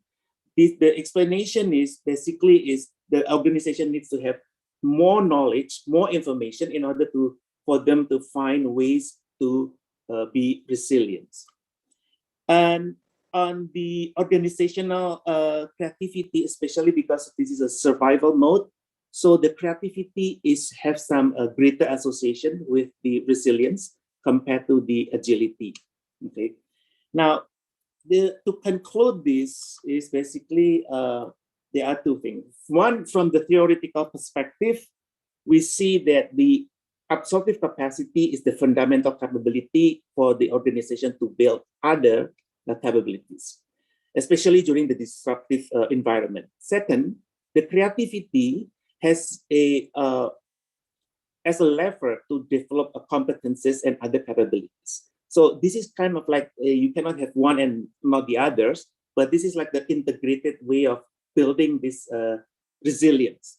And then the boundaries between agility and resilience, because sometimes people are like, okay, isn't that resilient? You also have to be agile, and then agile to make you resilient. So what are the boundary of it?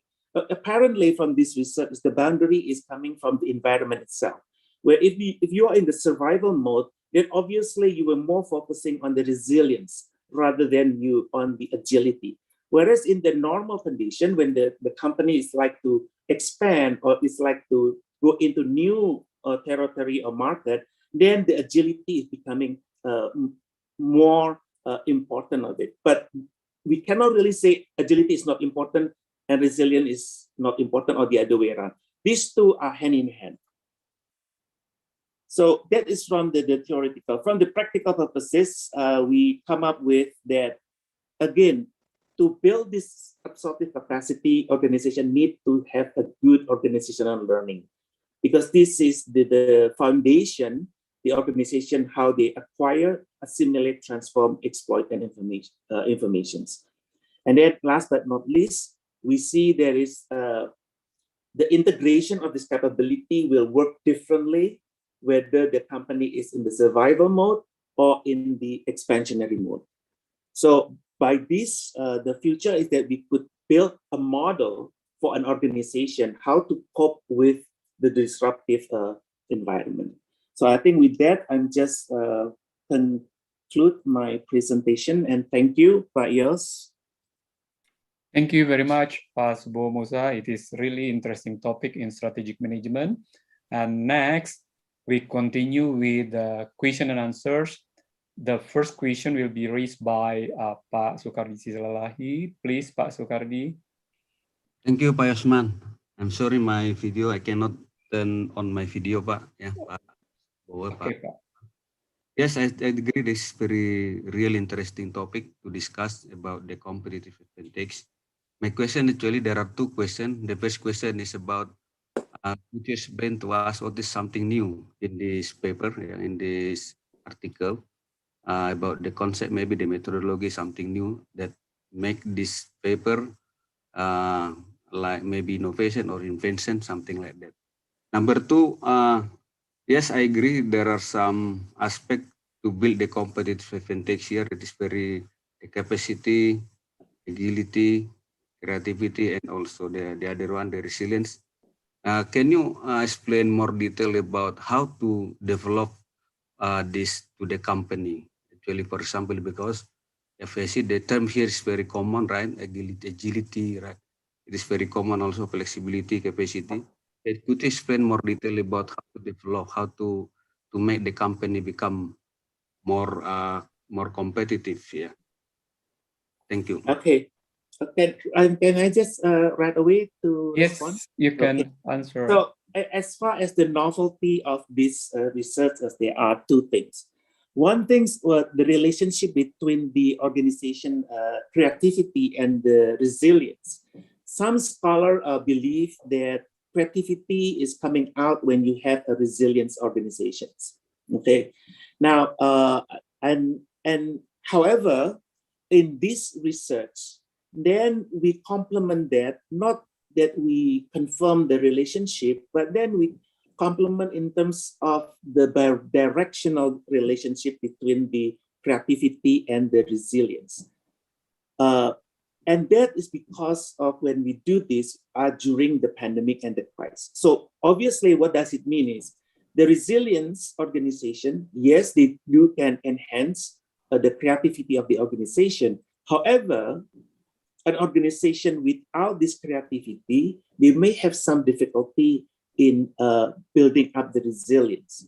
Because again, when we talk about the creativity, it has something to do that the ability of the organizations to come up with a diverse solution or strategies that are out of the box strategies. That's one. That's the one of the novelty. The second one is the term agility and resilience, because this is from the perspective of the business as well as from the academic. Sometimes they are very overlapping. So when we need the resilience, we need resilience all the time. We're focusing on the time, or resilient on the all the time, or we want to have just agility. And usually in the business practice, we say a lot of the jargon saying that you have to be agile in order to sustain your competitive.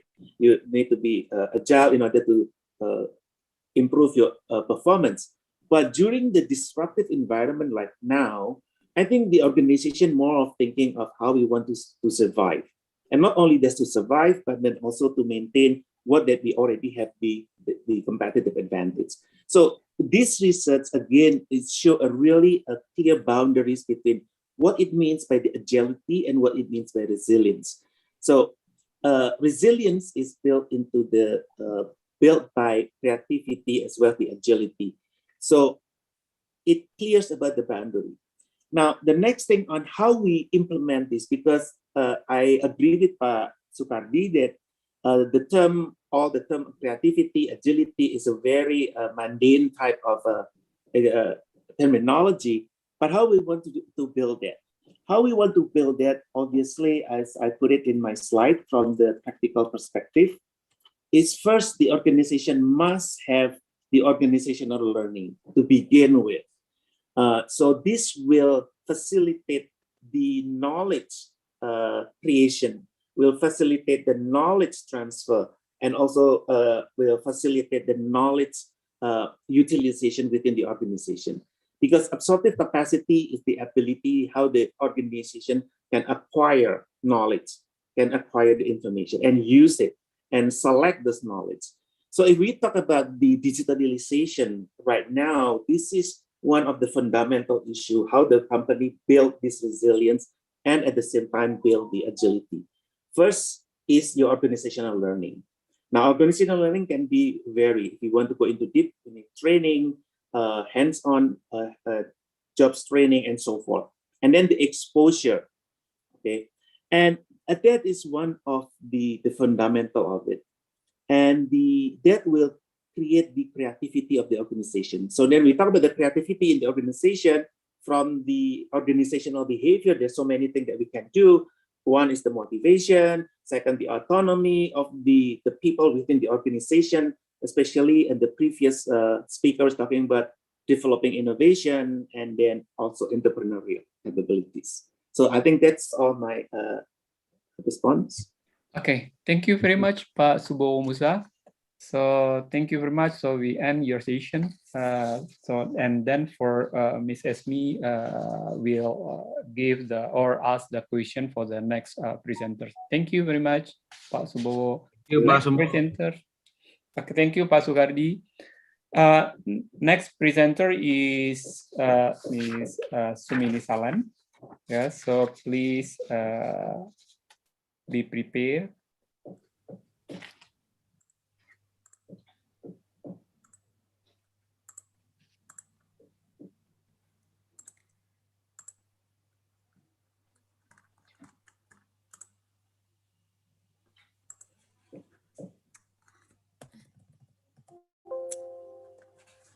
Okay, Bu Sumi, you may start right now. Thank you. Okay, good morning. So my topic to be presented is cloud accounting, the development of the accounting system, information system industry 4.0 in Indonesia. Now, now the content of these presentations, there will be about the background, the research background, and then the problems, and then continue to the objective and the questions, and then the methodology used for the research, and then the result findings and the conclusions. Now, as we know that we are racing with the time along with the advancement of the technology, so it is unavoidable that we need to catch up with the evolution of the technology, whether it's for daily activities, companies, or the industries here. Now, this technology help to enhance performance and improve activities to be faster, more precise, accurate, and then also increasing the productivity of the business.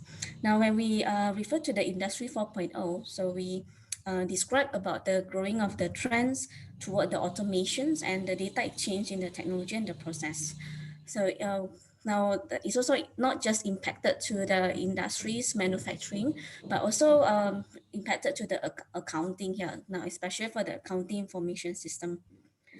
Now here in the Industry 4.0, when we still about the Industry 4.0, so actually this aims to achieve actually the national aspirations now, which also supported by the Indonesians Indonesia minister that actually Indonesia is already in the stages of the Industry 4.0 now, and also supported by the roadmap of the Industry 4.0, and then it's also stated that it's one of the opportunity that they can achieve the highest rank of the global economies by the year of the 2030 year.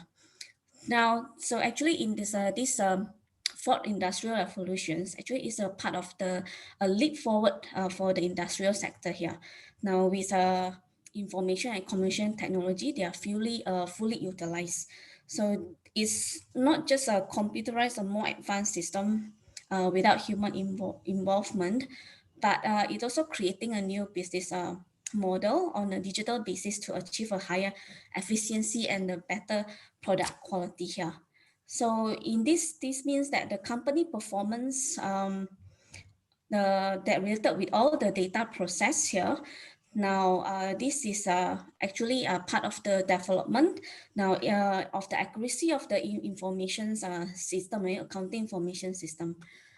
Now, so two of the biggest trend here in the part of the evolution of Industry 4.0.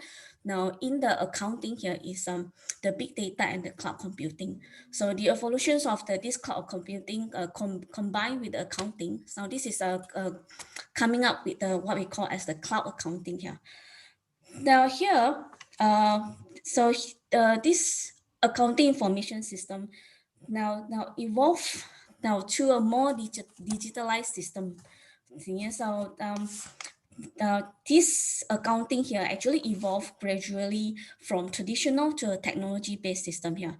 Now the evolution of this accounting here actually it changed the expectations of the clients and the accounting. They are forced to adjust the way they do to fulfill the demands. So it means that accountant will do less paperwork as they need to focus now on the things they want to do, and also they're going to depend on the technology that will help their work in a more integrated method here. So now this one of the current technological trend now is the development of the cloud technology here.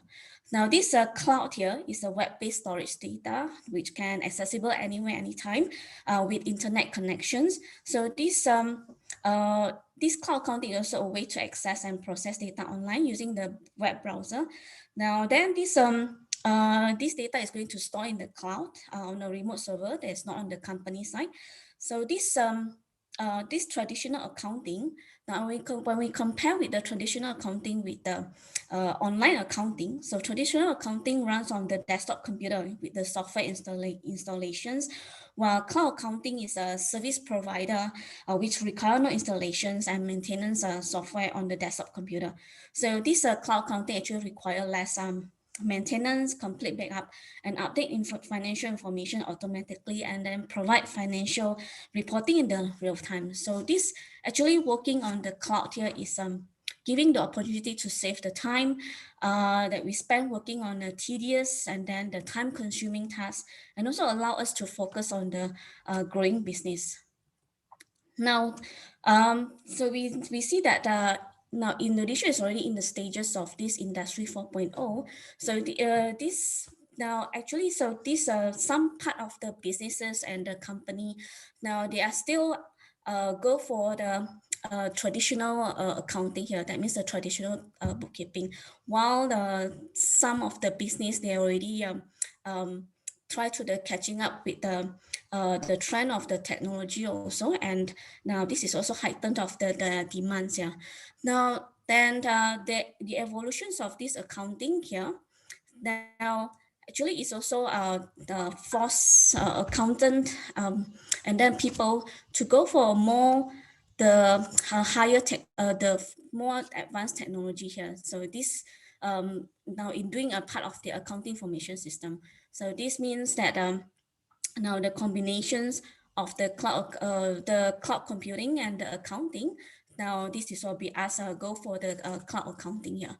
Now that means this is important to now ask people and also for the accountant here. So to now go for the cloud, the accounting online now rather than the desktop accounting, when the development of this cloud-based technology is already happening and is developing here. So this so actually so this is part of the research now to identify the needs of the cloud accounting system adoptions in Indonesia, and also to know the development of the cloud-based system application in Industry 4.0.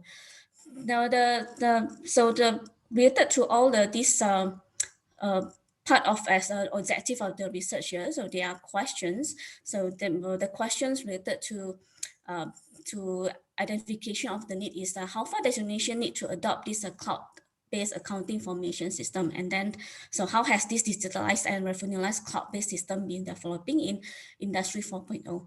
Now the method of in this research here is a purely qualitative research. So there are several parts. So in the using of this method, now the first part is we collecting the data from the questionnaires.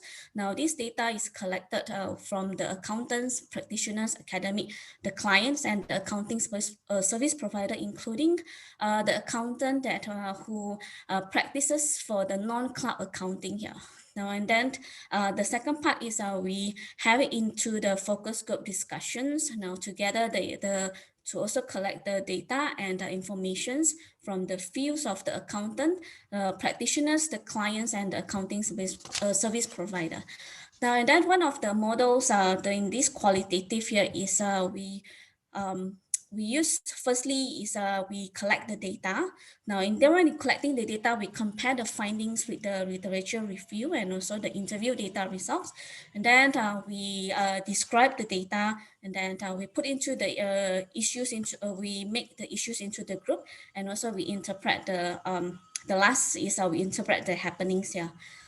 Now the findings and the result that we got from this research here is from the surveys that we collect to from 100 respondents. So 90% of the respondents agree with the importance of the accounting system, information system evolution in Industry 4.0, and it's also progressing in Indonesia here.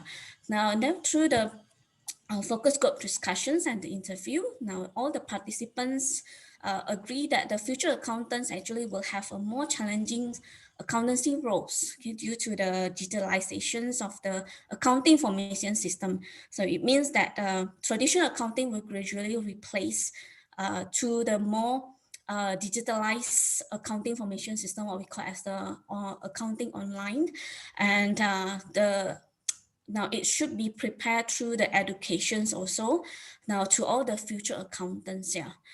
Now, so it's also agreed by the academic accountant here that now as part of the curriculum of the accounting study program, it should now embed this kind of the studies to prepare the students now in the accounting study program. Now the conclusions of this research is now the evolutions of this accounting information system is happening here. Now definitely that the in the accountancy roles now is also impacted by this Industry 4.0 here.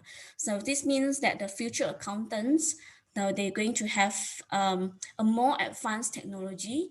Now not just that they're going, for example, the shift from the Industry 4.0 that going to be the 5.0, and then they're going to face a more updated accounting system information system here.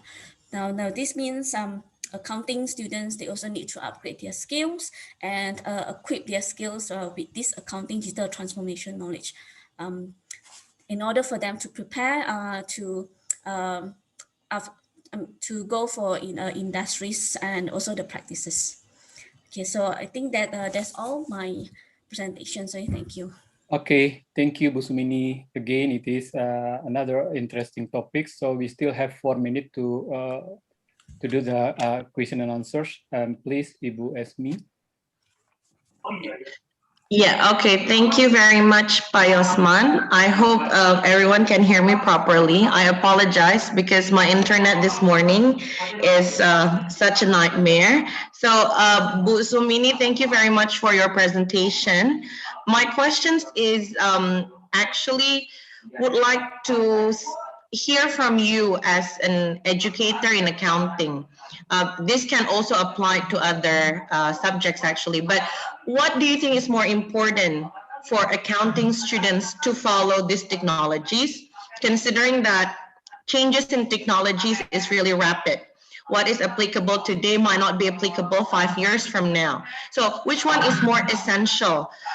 Making sure that they're keep updated with the technologies, or actually trying to educate them so they can have like a good grasp of the concept of the accounting concept. Because in my opinion, so many,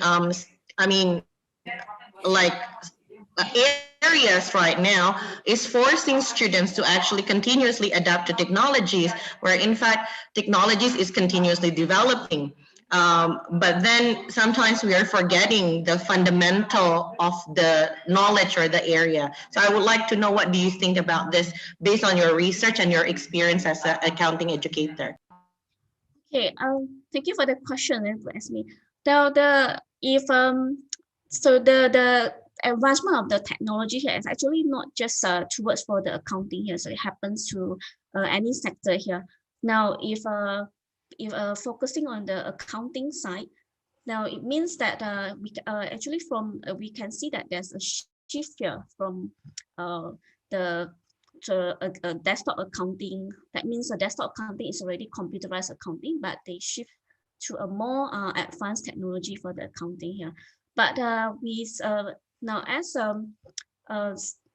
focusing as an accountant here, now accountant must not forget that they still have to study the foundation of the accounting system here. Now, the accounting cycles, okay, and then the standard of the accounting here on, or we call as the bookkeeping.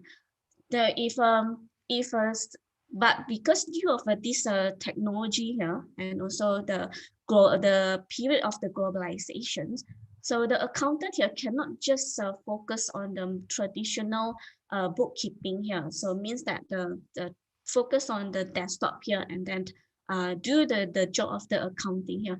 But they need to be aware, and they need to start to equip themselves from now on with this part of the technology skills, like what we have it right now in the trend for the accounting here is the data analytics here. Now we know that data analytics is also applicable to the other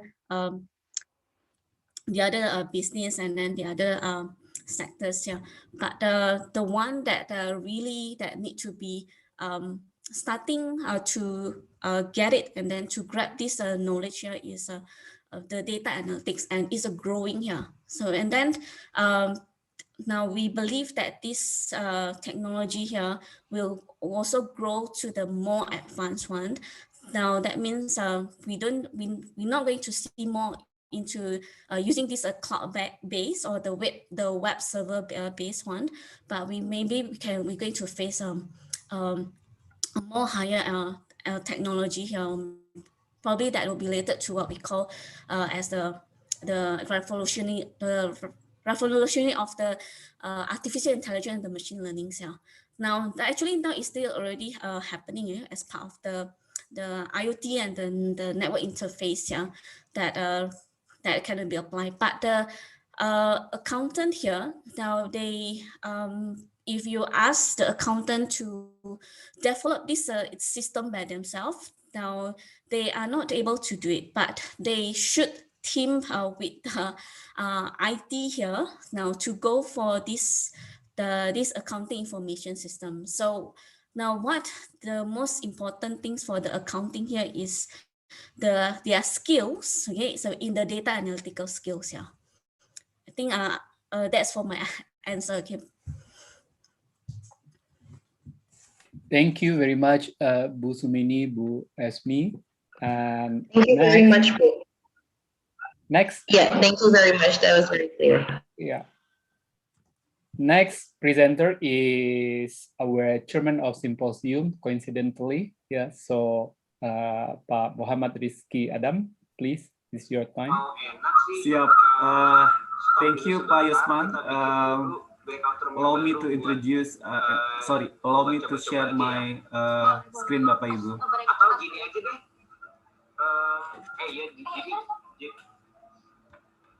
Jadi maksudnya kalau misalkan ya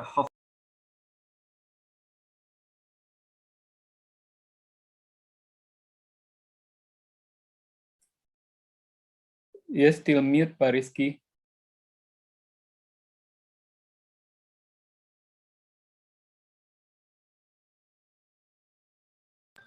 Okay, My study, Bapak Ibu, was about affecting factors of the intention to have regular physical exercise in the disruptive era, quantitative social marketing research. Actually, it's a bit different with the previous topics, yeah, more social, but also to be specific, jump into the health sector.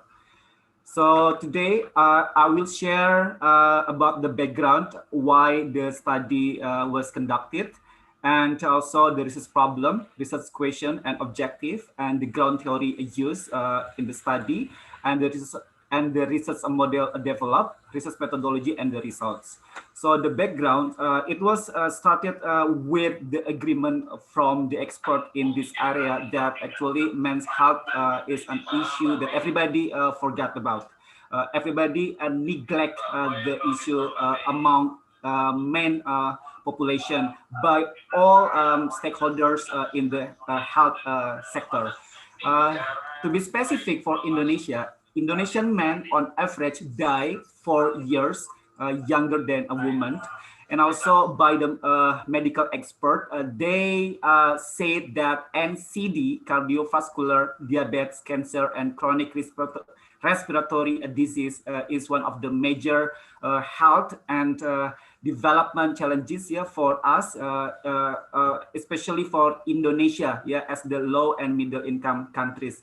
And WHO furthermore mentioned Indonesia is the one and only country among SEA countries which has higher prevalence of insufficient physical activity among men than women. So that's why, because of lack of physical exercise, it will lead to the NCD's disease.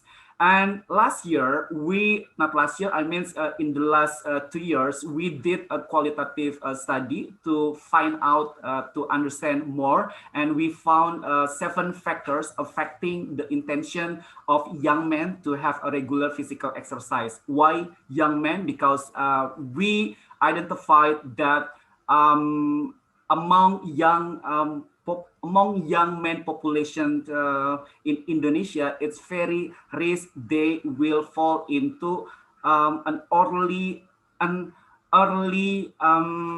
diabetes and also for cardiovascular disease for their health. So that's why we did the qualitative study and we found 7 factors. So the research problems was about, it's very rare social marketing study in Indonesia. And also we want to focus on the case of overweight and obesity to prevent NCD.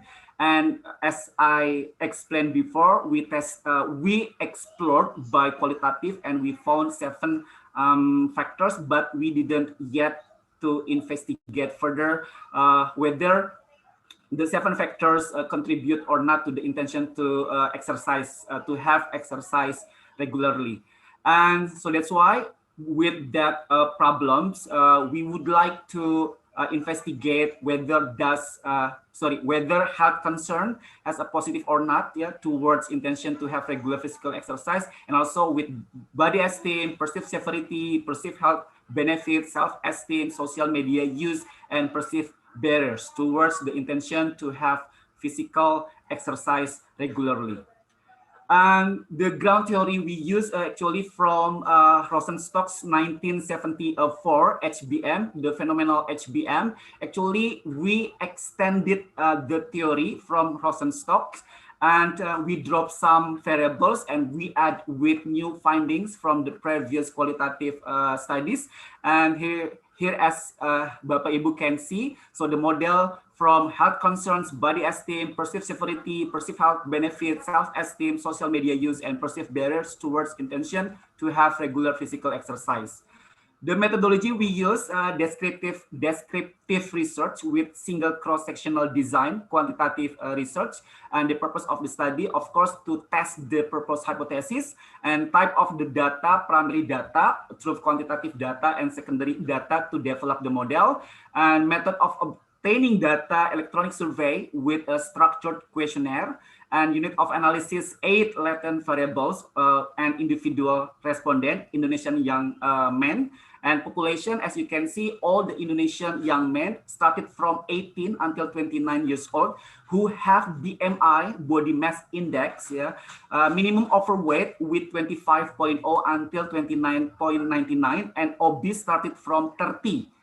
And have regular physical exercise with once a week minimum and using social media actively. So by that population's defined in the beginning, the screening question has 6 screening questions to make sure that the respondent fit with the population desired. And sampling method, internet sampling, recruited online sampling with snowball sampling. The sampling size, actually, we desire to have minimum 180 respondent, Bapak Ibu. But unfortunately, with 6 screening question, we have to get fat respondent with 25 BMI, and then they have to actively using social media, and they have to have physical exercise regularly, minimum once in a week. So it's very difficult for us to get the desired population. So at the end, we only get 88 respondents. Later, I will explain my plan actually about this study, and then the questionnaire scales using 5 Likert scales, from strongly disagree until strongly agree. And as you can see, a lot of procedures that we have done and the data analysis techniques to test the proposed hypothesis using multiple regression analysis. Here we go, the measurement items we use, just a highlight for Bapak Ibu to see the items for each variables used. And the results, as you can see, of course, all the respondents is young men, started from 18 until 29 years old, and frequency in doing regular physical exercise, at least once in a week. The majority 2 until 3 times in a week. BMI for overweight and obese. For overweight 58, sorry, I think there, yes, 58, and obese 30 respondents, and mostly the majority coming from the DKI Jakarta, and highest level of education mostly S1 sarjana, and occupation mostly private employee, and marital status mostly single, and they don't have the majority, they don't have the dietary control. And membership to a fitness center 50-50 between yes and no. So after we conducted some statistical procedures like Bapak Ibu knows before, multivariate assumption test, validity test with factor analysis, and reliability test with Cronbach alpha, all the measurement items valid and test all the parameters in the multivariate assumption test, and also shows the reliability with only the sample 88 respondent. And as you can see, Bapak Ibu, the R square in this study with that sample only, that sample size only, we got only 0.432% only to reflect the population. And jump into the hypothesis results with the sample size of 88 respondent only, 3 proposed hypotheses must be rejected. Namely, body esteem has no positive relationship towards intention to have regular physical exercise, and also perceived severity, and also with perceived barriers. But I must say that actually this is not what I want as the main researcher. Actually, I still need more respondent to reflect the desired population, because I need get a fat respondent, who have the MI 25, at least 25. So I will say that after, this is not the final findings, not the final insights to be disseminated. After this, I still continue into the data collection. So hence, for the recommendations, practical recommendation is not provided yet. So that's all, Bu Esni and Pak Sukardi. That's all my presentation. Okay, thank you, Pak Rizky. So it is the provoke result, And then But we can still, yeah, discuss later. Okay. Thank you, Pak Yosman. Okay, so the first reviewers, please, Pak Sukardi, you can ask one question, please. Thank you, Pak Yosman. My question, just one question. Yeah, Pak. What is your recommendation for the next after this research, so that we can this research can be implemented? Okay. Actually the next practical recommendation for many stakeholders, either the medical people or the government's officer who focus on how to make people, the community, to have better life and so on and so on. So we must connect the insight. Let's say like health concerns is accepted that people who have good perception of having good health will be motivated easily to have the recommended behavior or action by anybody, by the health stakeholders. So in that way, the recommendation is how the stakeholders to provide or make a programs to motivate, to build, to maintain, and to motivate that people have a good perception of having good health, such as like make a campaign using digital platform, social media, to give awareness, to give awareness, and also like they must be provoked slowly but continuously that having good health is very, very important. So by that campaign or programs, they can jump into the recommended behavior or action easily. And also with another variable like social media use. In this study is accepted, but we still have to wait here for the final sample size that I want. But let's say social media use is still accepted in the final sample. So the government or the medical people have to embrace social media to provoke, to give awareness, to motivate, to remind again and again. So the society, in this case is the young man, will be aware with any issue. So I will say that this model or health belief model is not only for obesity case. We can use the model for any case, even not only the health issues. We can use this for security or safety. We can use for election awareness. So how, of course, we can adjust and modify some variable. So how stakeholders, government, people, expert, executive, professional, how they engage this model, these variables with any issue we have in our country. So that's my explanation, Pak Sukardi. Thank you. Hopefully answer ya Pak Sukardi. Thank you, Pak Rizky. Okay, thank you, Pak Rizky. So my pleasure, we Pak. end this session for Pak Rizky, and then next presenter is Pak Esa. Please, Pak Esa, you can prepare your presentation. Sure, Pak. Let me share my screen. Okay.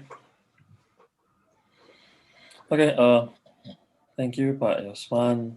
Thank you to all the previous speakers, presenters. I'd like to present my research now under the CRF brand on a SWOT analysis to developers and destination attractiveness in Tangerang, a case of Pasar Anyar as small industrial centers. Pasar Anyar, with myself as a team leader and Dr. Nila Khaidat as a team member of this research. Now, these are the things that I'll be sharing today, the background, the research problem and objectives, the reviews of the literature, methodology, findings, conclusion, recommendation at the end. So starting off with the background, currently in Tangerang City itself, there are 11 markets that are being monitored and managed by local government. I think one of the common ones that, or the common one that the visitors are actually familiar to would be the Pasar Lama, which is known as one of the historical commercial areas.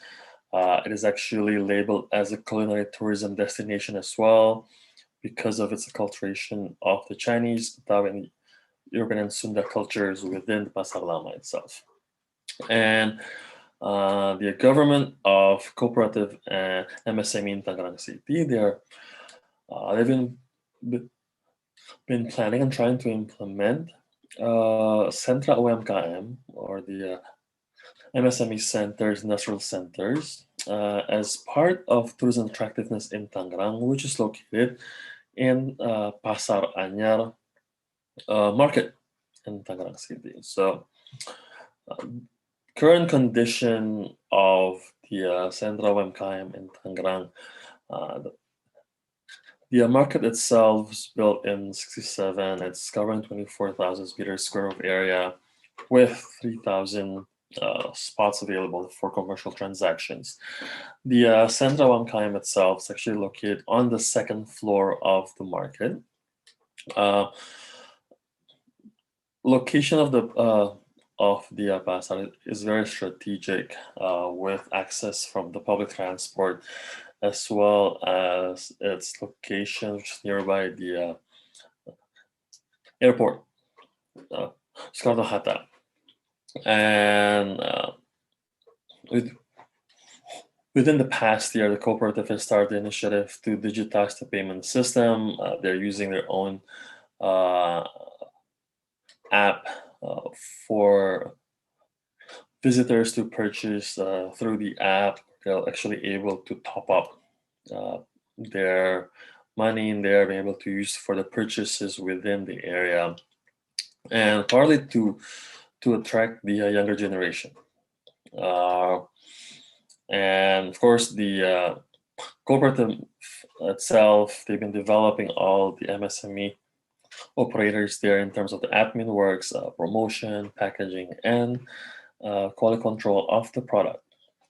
Now, based on a preliminary discussion last year in December 2020, despite of all the benefits, despite of all the location, the strategic location, the digitizing or the payment system, in keeping up with the trends,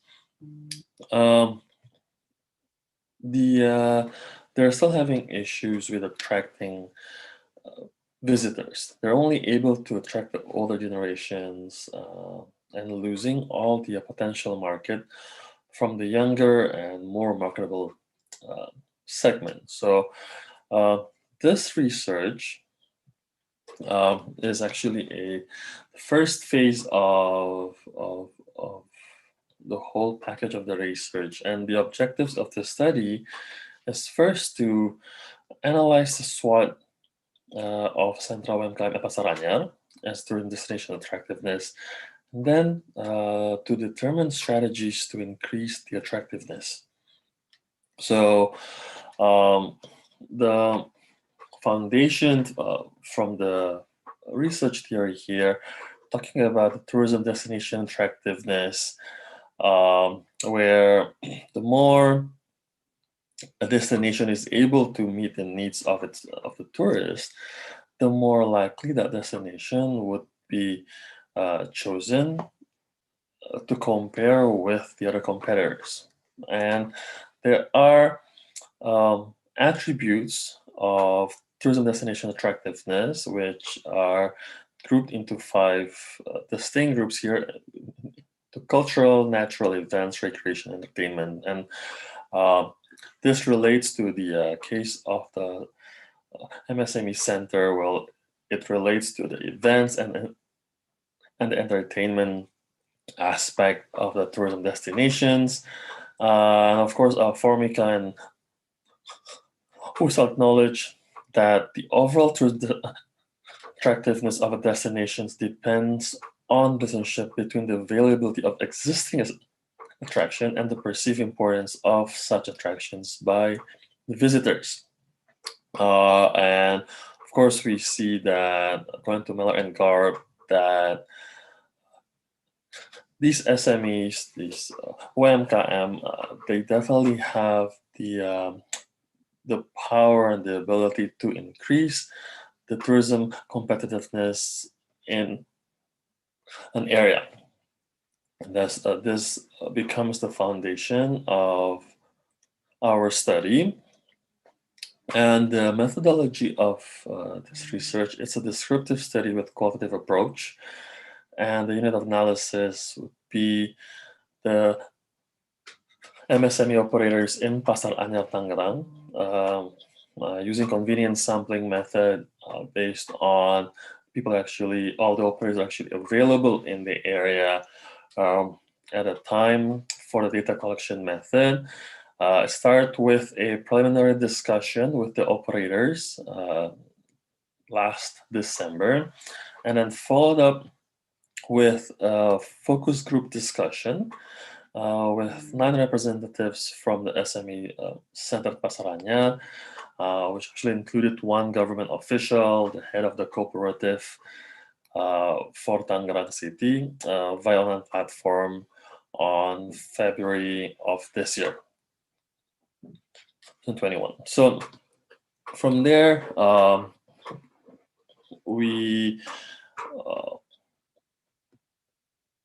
acknowledge, or we research more, dig more into the strengths, weaknesses, opportunities, and threats of the existing location, looking at the internal factors from the strengths and weaknesses. Of course, it's acknowledge the location of Pasar Anyar, its large area and easy access through public transport, Angkot, KRL.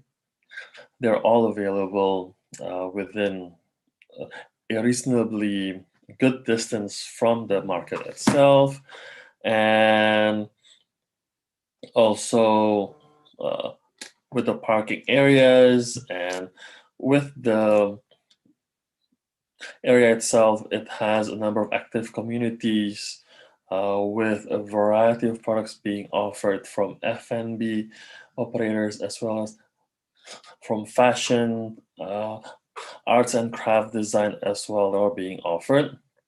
And at the moment in Tangerang itself, there aren't a direct competitors to the MSME center in Pasar Anyar. However, there are still weaknesses with the location in terms of the aesthetics, to drive the crowds, lack of the supporting facilities, for example, clean bathroom, and just a lack of promotion to direct traffic, the crowd from the public market itself to the second floor where the MSME center is actually located. So from the internal factors, these are things that we found. And then in terms of the external opportunities and the threats, there is hope in that the government is actually preparing for a future program to help these operators through a number of competitions, training and development, and other thing. And under the Pasar Anyar Market Management as well, there will be doing a mentoring program for these operators to just guide them from the beginning till the end of selling their products, and of course using the strength of the cooperative to digitize payment and attract activities to attract the younger generation. However, still there is a continuous challenge of getting permits due to bureaucracies and all that, where potentially could deter all the MSME operators. Excuse me, Paisa, can you explain this one while you're answering the question, right? So, sorry, but? Sure, So sure. you, Yeah. you can explain this one while answering the question. Sure. Okay, Pak? Yeah. Okay. Okay. So now we go to the question and answer. Please, Bu Esmi. Okay, thank you very much, Pak Esa. I find it really interesting. My questions is this, Pak. Like, particularly in your FGD, did you discuss with them about the impact of the pandemic to their business model? Because from what I've seen in the research findings, it seems as if the answers were related more to the conditions before the pandemic. Yeah. Because, for example, right now, not only in Pasar Anyar, but anywhere, people are hesitant going to market where there are like a large crowd of people, especially when it is indoor. So my questions is that like, whether or not you discuss with them about how this pandemic is actually changing their business model and what will be the plan for them in order to survive post-pandemic. Thank you, Pak Esa. Okay, sure. Thank you for the question. So at the time of the FGD, actually in February, literally, I think the FGD took place 1 week before the pasar was actually closed down because of the pandemic. So at that time, there were still quite a few of them. They were still running their a business through the UMKM Center over at Pasar Anyar. And that's actually part of the recommendation that the strategy that we propose adalah these operators, since February, I think like third week of February, they're now forced to operate from home. And just now, the government, the cooperative, is actually shifting all of their business models towards online. They just create what's called Eswarung Online to accommodate for the operators. But one of the early issues with them adalah these operators, they are not yet trained to be able to take full advantage of the digital platform. So it's actually part of the strategy will be for the government as well as the cooperative to not only to give them training programs, but also a continuous mentorship coaching program, especially in adapting the technology, being able to use the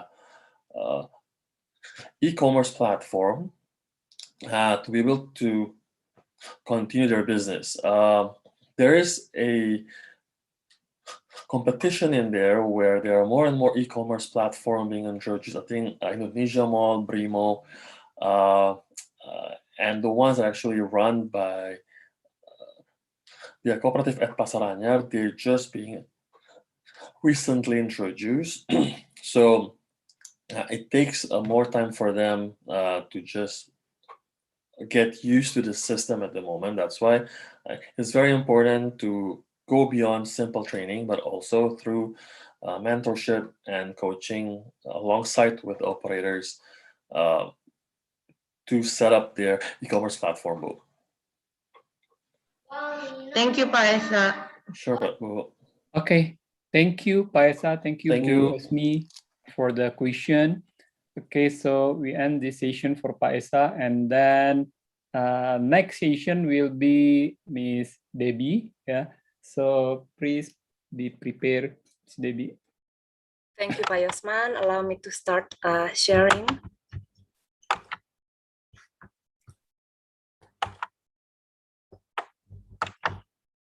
All right. Okay. Very good morning to. Sorry. A very good morning to Pak Yosman and to all the reviewers whom I respect very much, to my fellow academics, students, and everybody in attendance. My name is Deborah Simorangkir, and I would like to present our research findings conducted by myself and my research partner, Sharon Schumacher. Our research title is Social Support Communication for Sexual Harassment Victims. This research was funded by the SGU Central Research Fund 2020-2021. So our research was backgrounded by the ever-increasing rate of sexual violence around the world, including Indonesia. So this can lead to serious consequences, including physical, mental health, chronic physical health problems, and so on. And many studies have shown that social support is actually very important for these victims, because this will give them a sense of hope and will actually help improve their physical and psychological health. So high levels of social support is linked to better well-being, more hopefulness, better adjustment, and so on. So it has also been observed that high levels of social support can lead to higher self-esteem. Because these sexual harassment victims experience many things such as lower self-esteem, lower assertiveness, high anxiety, as we can imagine. And today, especially right now during the pandemic, we all have to agree that the internet has become even more important for everything that we do. So the internet has become the main source of information for many of us. And there has been many studies on computer-mediated communication, computer-mediated social support even, and then other studies focusing on sexual harassment. However, there have been very few studies focusing on CMSS and sexual harassment victims simultaneously. So we feel that this is where we are filling the gap. So the objective of our research is to come up with a design of a computer-mediated social support platform for sexual harassment victims in Indonesia. But in order to do that, we need to answer the following research questions. First, we have to find out what are the type of social supports that these victims need the most. Second, we need to find out what are the most effective ways to communicate with victims of sexual harassment. And then we also need to find out, if we were to make a social platform, what features are most necessary in such a platform. So in order to do that, our research was done in 3 stages with different methods. The first one was in-depth interviews. We wanted to interview those whom we feel are experts in this, because their organization deal a lot with sexual harassment victims. So our interviewees were Elizabeth Santosa, who is Commissioner of the Indonesian Child Protection Commission, or KPAI, Teresia Iswarini, who is Commissioner of the National Commission on Anti-Violence Against Women, Komnas Perempuan, Uliarta Pangaribuan, Legal Service Division Coordinator of the Indonesian Women's Association for Justice Legal Aid, or LBH APIK, and Dian Indraswari, who is Executive Director of the Pulih Foundation for Psychological Recovery and Psychosocial Empowerment.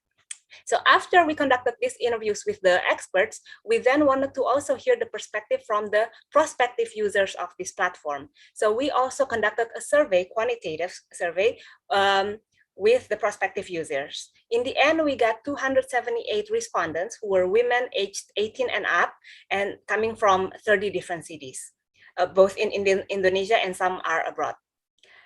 Based on these interviews and surveys, we then came up with the preliminary design of this social platform, and then we conducted a product testing. We invited those who responded to our previous survey, and we asked them what they felt about this platform, because this preliminary design came actually from their opinions as well. So this research is framework by theoretical frameworks of social support and computer-mediated communication. As I have explained earlier, sexual harassment, including sexual violence, affects victims both psychologically and physically, causing anxiety, anger, mental breakdowns, helplessness, suicide even, yeah. And as I have mentioned earlier, also social support plays a very important role in the healing process of these victims. So actually there are 4 main types of support that families of victims, families and friends of victims can offer to these sexual harassment victims, or survivors, if you want to call them that way, which is better actually, yeah. So informational support is as the name says, offering information, yeah, communication networks, shared responsibilities, providing solutions, and so on. Assessment support is helping them assess that, hey, what you are going through is depression. Don't worry, this is not only temporary, and so on. Instrumental support is giving tangible support like materials and financial support. Emotional support is by giving comfort, love, empathy, trust, attention, and so on. So by definition, social support is how people support each other within a support network. Yeah? The supportive communication within this network will then lessen the uncertainty level, because the major problem for these victims is uncertainty. What's going to happen to me? Am I going to be like this forever? And so on. So this supportive communication is what helps lessen the uncertainty level. Now, we move on to computer-mediated communication aspect of social support. So computer-mediated communication is a communication method for conveying social messages, which also includes social support, of course. Findings from various empirical studies show that among students, for instance, both with learning disabilities or without learning disabilities, CMC actually helps them have encourage them to interact more between students and giving them a sense of positivity. And in the medical industry as well, studies show that patients who engage more in online community activities, this predicts that these patients will interact more with their doctors. So overall, we can conclude that CMSS actually influences the sense of empowerment of these students, victims, or patients. So in lieu of time, I want to just summarize findings from in-depth interviews and quantitative surveys. So if you remember, we had 4 research questions. The first one is, what are the most needed type of support? According to the in-depth interviews, legal support is the most needed type of support by the victims. Whereas according to the quantitative surveys, 5, and this is in order of the responses. First one is psychological support, second, moral support, then advocacy, fourth is legal support, and then information. The main obstacles preventing these people from reporting their experience, according to the in-depth interviews, there are 2, internal and external. The internal, of course, emotions, psychological obstacles, shame, and then the external, once again, this was brought up, the Indonesian legal system. Quantitative survey shows that the number 1 obstacle is a feeling of shame and the perception that there is no guaranteed solution. So why bother? And then also they did not understand that it was sexual harassment. You can ask me later on, I can show you more findings, but it has to be noted here that many of our respondents did experience sexual abuse when they were underage, some of them before the age of 6. So obviously they didn't understand this was sexual harassment. What was the best way of communicating with these victims? According to the in-depth interviews, first one is by guaranteeing anonymity and then allowing these victims to communicate without interruption, and then communicating through advocates, family members, friends, if they are not ready to speak up. And then also, because many of these abuses happened within a family, it's very important to convince the family members that the right thing to do is to report it. Even when, and it has happened within our respondents, even when sometimes the perpetrator is the father or the uncle or and so on, you can imagine. Yeah, very good way of communicating with victims, also social media and email, and also through campus roadshows and campaigns. Whereas according to the surveys, social media, website, and using applications are the best ways to communicate with these victims. So since our goal is to design the website or the social platform, what were the most important features and traits? According to the in-depth interviews, easy accessibility, having a firm code of conduct for both the administrators, users, and so on. Information, anonymity, means of catharsis, because many of these just actually wanna keluarin unek-unek, and then referral to other organizations. Whereas survey respondents say that the features that are more important are psychological consultations, links to relevant organizations, support groups, information to report about reporting, how to report the procedure, and real-time response. And then the important traits are catharsis, fast response, anonymity, easily accessible, and informative. Now, based on these findings, then, as I mentioned earlier, we came up with the preliminary design, and then we conducted a product test. So after that, then we came up with the design. Now, if you remember, most participants, and actually 87% of participants, have shown interest in using online platform. So this is where we see our opportunity. They are interested in using such a platform, and the most important traits are cathartic, fast response, anonymity, easily accessible, and informative. So this and the most important features are psychological consultation and links to various organizations. So I want to show you, this is our front page. Now, the CMSS platform must be cathartic and informative. So we also want to allow the victims to actually be able to discuss and share their experiences related to sexual harassment. And this is done by us providing anonymous forums in our website. Oh yeah, I forgot to mention that we decided to name our website Sororitas, which means in Latin sisterhood, because our target target audience is women. Interviews show that the best way to communicate with the sexual harassment victims is to communicate through those who are close to them. So we think that we have to make this website not only targeted at sexual harassment victims, but also to their advocates. Therefore, this forum also provides a forum for these advocates, including family and friends. And they can use accounts and begin creating threads and forums to discuss their experiences.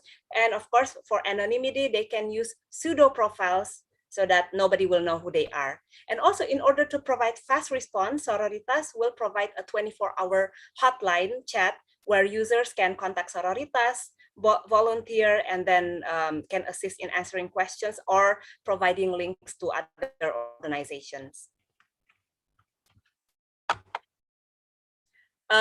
Information and resources are very important according to our findings. So legal and psychological support are the most important ones. So we are planning to collaborate, at the very least, provide links to other organizations, namely the ones that have participated in this research, which are National Commission on Violence Against Women, Komnas Perempuan, and then KPAI, which is Indonesian Child Protection Commission, Pulih Foundation for psychological consultation, and then LBH APIK, Indonesian Women's Association for Justice Legal Aid, which is Lembaga Bantuan Hukum. Bu Debbie? Yes, I'm almost done, Pak. Promise. Yeah. So in conclusion, findings from the in-depth interviews with representatives of our organizations as well as surveys have shown that number one, the type of social support most needed by women who have been sexual harassment victims are legal and psychological support. The most effective way to communicate with them is by giving assurance of anonymity, allowing them to communicate without interruptions, and communicating through advocates and companions. Also convincing their family members, also doing it without contact, which is online and campus roadshows. And the features that are most important are easy accessibility, information, anonymity, means of catharsis, and referral to other organizations. So based on these findings, Sororitas was designed. However, we still need to do some more work, which is to establish the standard operating procedures. We have to foster collaborations with other nonprofit organizations, and we need to recruit website administrators and volunteers. And this all requires, obviously, careful planning and execution, and also monitoring and evaluation. However, let's keep in mind that this is not a one-stop solution for sexual harassment victims. Yeah, this is merely probably just a small part of the healing process, because the healing process varies from victim to victim. I just wanted to let you know that for dissemination and publication, it has already been accepted at Media Indonesia. As you can see on my slide, it has been accepted, and I have been asked for revision. And it has also been accepted for presentation at the Kyoto Conference on Arts, Media, and Culture in November. So dissemination and publication has been covered. I would like to acknowledge that this was once again funded by the SGU Central Research Fund 2020-2021, and we researchers, me and Sharon, would like to thank Komnas Perempuan, Komisi Perlindungan Anak Indonesia, LBH Apik, Yayasan Pulih, and the Entrepreneurship Business and Communication Research Center, and last but not least, IRCS SGU. Thank you very much. Okay, thank you very much, Bu Debbie. It is really aggravated topics here, so please, Pak Sukardi, you may ask one question, please. Thank you very much, Pak Yosman. I think this is very interesting topic, how to build the platform, right? CMMS platform. But my question is, do we have had already the similar platform like this in Indonesia? Maybe not Indonesia, you can also explain maybe outside of Indonesia. Do you have the similar like this? Yeah, there are a variety, Pak. For example, there is an international one, which is Hollaback, and it has several branches, but we noticed that the focus is different. Like Hollaback, including Hollaback Jakarta, what they do is they provide a map of Indonesia in which people can point in that map where they experience sexual harassment. Yeah, so you will see in the website a map of Indonesia with so many dots, and this is where women all over Indonesia have experienced sexual harassment. So if you click on it, then you will find stories about how people experience sexual harassment and things like that. There are others that focus on psychology. There are others that focus on legal and so on. So of course there have been some.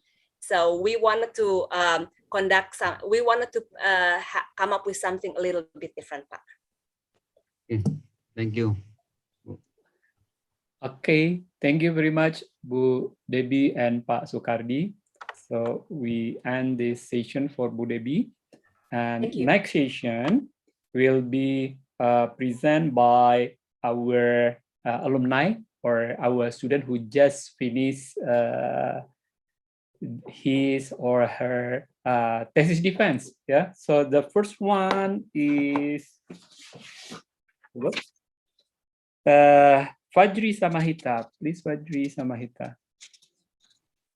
This from Fajri from GSC, yeah? Global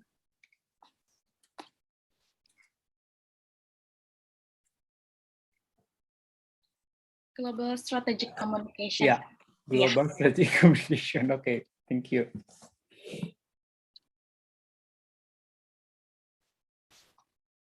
Sebentar, saya akan share screen.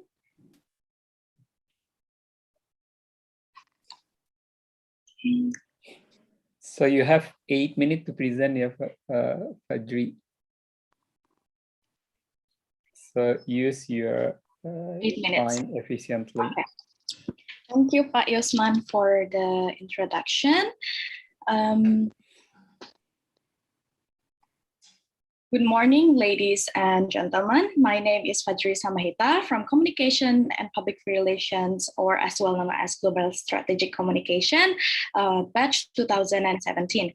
Today, I would like to give a presentation on my research result in framing analysis of COVID-19 vaccination online coverage on Deutsche Welle News.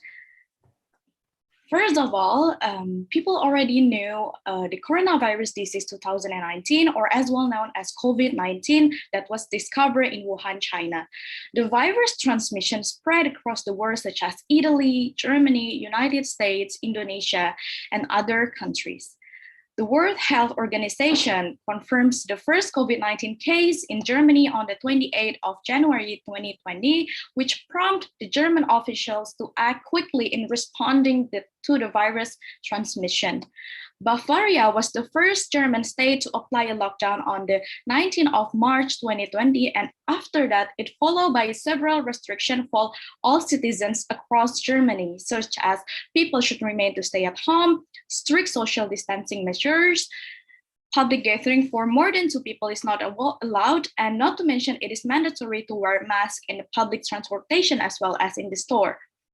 After several action applied, Germany has loosened up the restrictions starting in May 2020. And however, the number of infection rates increased since they loosened up the restriction, and it has caused the country to apply another lockdown for the holidays at the end of 2020.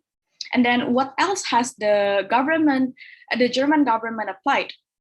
Well, the German government started their first vaccination on the 27th of December 2020, which was first injected to a 101-year-old woman who lives in an elderly house. The reason behind this is that the German vaccination plan is to vaccinate people who are at a very high risk to get infected by the COVID-19, which are people who are over 80 years old. While people around the world are concerned about the coronavirus, the role of media is important in providing factual information. Media could help to raise awareness about the coronavirus and reduce the stigma about the coronavirus that spread widely in the society. Despite the inclusion of factual aspects in the story, the media must selective in what it presents to its readers. This act of delivering a story might be referred as framing, meaning that the media or a journalist chooses which story they want to put in the news because what the media frames in the story is what the public or readers see. To add, frames emphasize certain information about an event or topic that is the focus of communication and raising it in salience. The definition of salience is to make a piece of information more visible, relevant, and memorable to the readers, which increases the likelihood that the readers will understand the information and grasp its meaning, process it, and store it in their memory. The framing process is a powerful tool for the media to impact public opinion or to change individuals' perspective, meaning media plays roles in creating a reality that is understood by its readers and may influence public opinion by presenting events and topics in certain ways. In addition, Germany handled the initial wave of COVID-19 so efficiently, and the role of German media in framing the story about vaccination deserves special attention. Therefore, I would like to know, how does Deutsche Welle News frame its online news coverage regarding COVID-19 vaccination? My general topic will be news framing, and then it detail into framing of COVID-19 vaccination in online coverage in Deutsche Welle News. And then the theory that I use in this research is a framing theory by Robert Entman, which emphasize framing analysis into 4 categories. The first one, define problems, problem causes, moral evaluation, and then finally treatment recommendation. In the defined problems, it is explained how the media see or frames the issue or event that is presented in the news articles. And then in the causes is how the media perspective or how the media frames the cause of the issues itself that they are present in the news article. And then in moral judgment is there any moral value or what is the moral values that the media frames in the news article? And then what solutions that they presented in the news article? The method that I use is a qualitative research with content analysis using Entman framings model. And the population will be the population is Deutsche Welle News online coverage, but only news that offers in English language, because Deutsche Welle News offers news in several languages other than English, such as Germany, Indonesian, and other languages. And it is regarding the vaccination from the time period December 14, 2020 until March 14, 2021. So it is a 3 months period. And then the sample of the news article, the online news article, is only released on Monday, Wednesday, and Friday. And within the title that include the words vaccination, vaccine, and vaccinated. So the result has shown that there are 119 news coverage about the vaccination that they cover within the 3 months period, and 55% of the source in online news coverage that presented in Deutsche Welle News are also coming from news agencies such as AP, AFP, GPA, and Reuters. And not only covering news about what is happening in Germany, they are also covering in international news angle, which also covering news about what is happening in the world or in other countries as well. So based on the data collection that I already collect, Deutsche Welle News produced 17 news on December 2020, and then there is a slightly increasing number of news articles in January, and then however there is a decreasing news article which only total 37 news on February 2021, and then decreasing in March in total number of 23 news coverage in March 2021.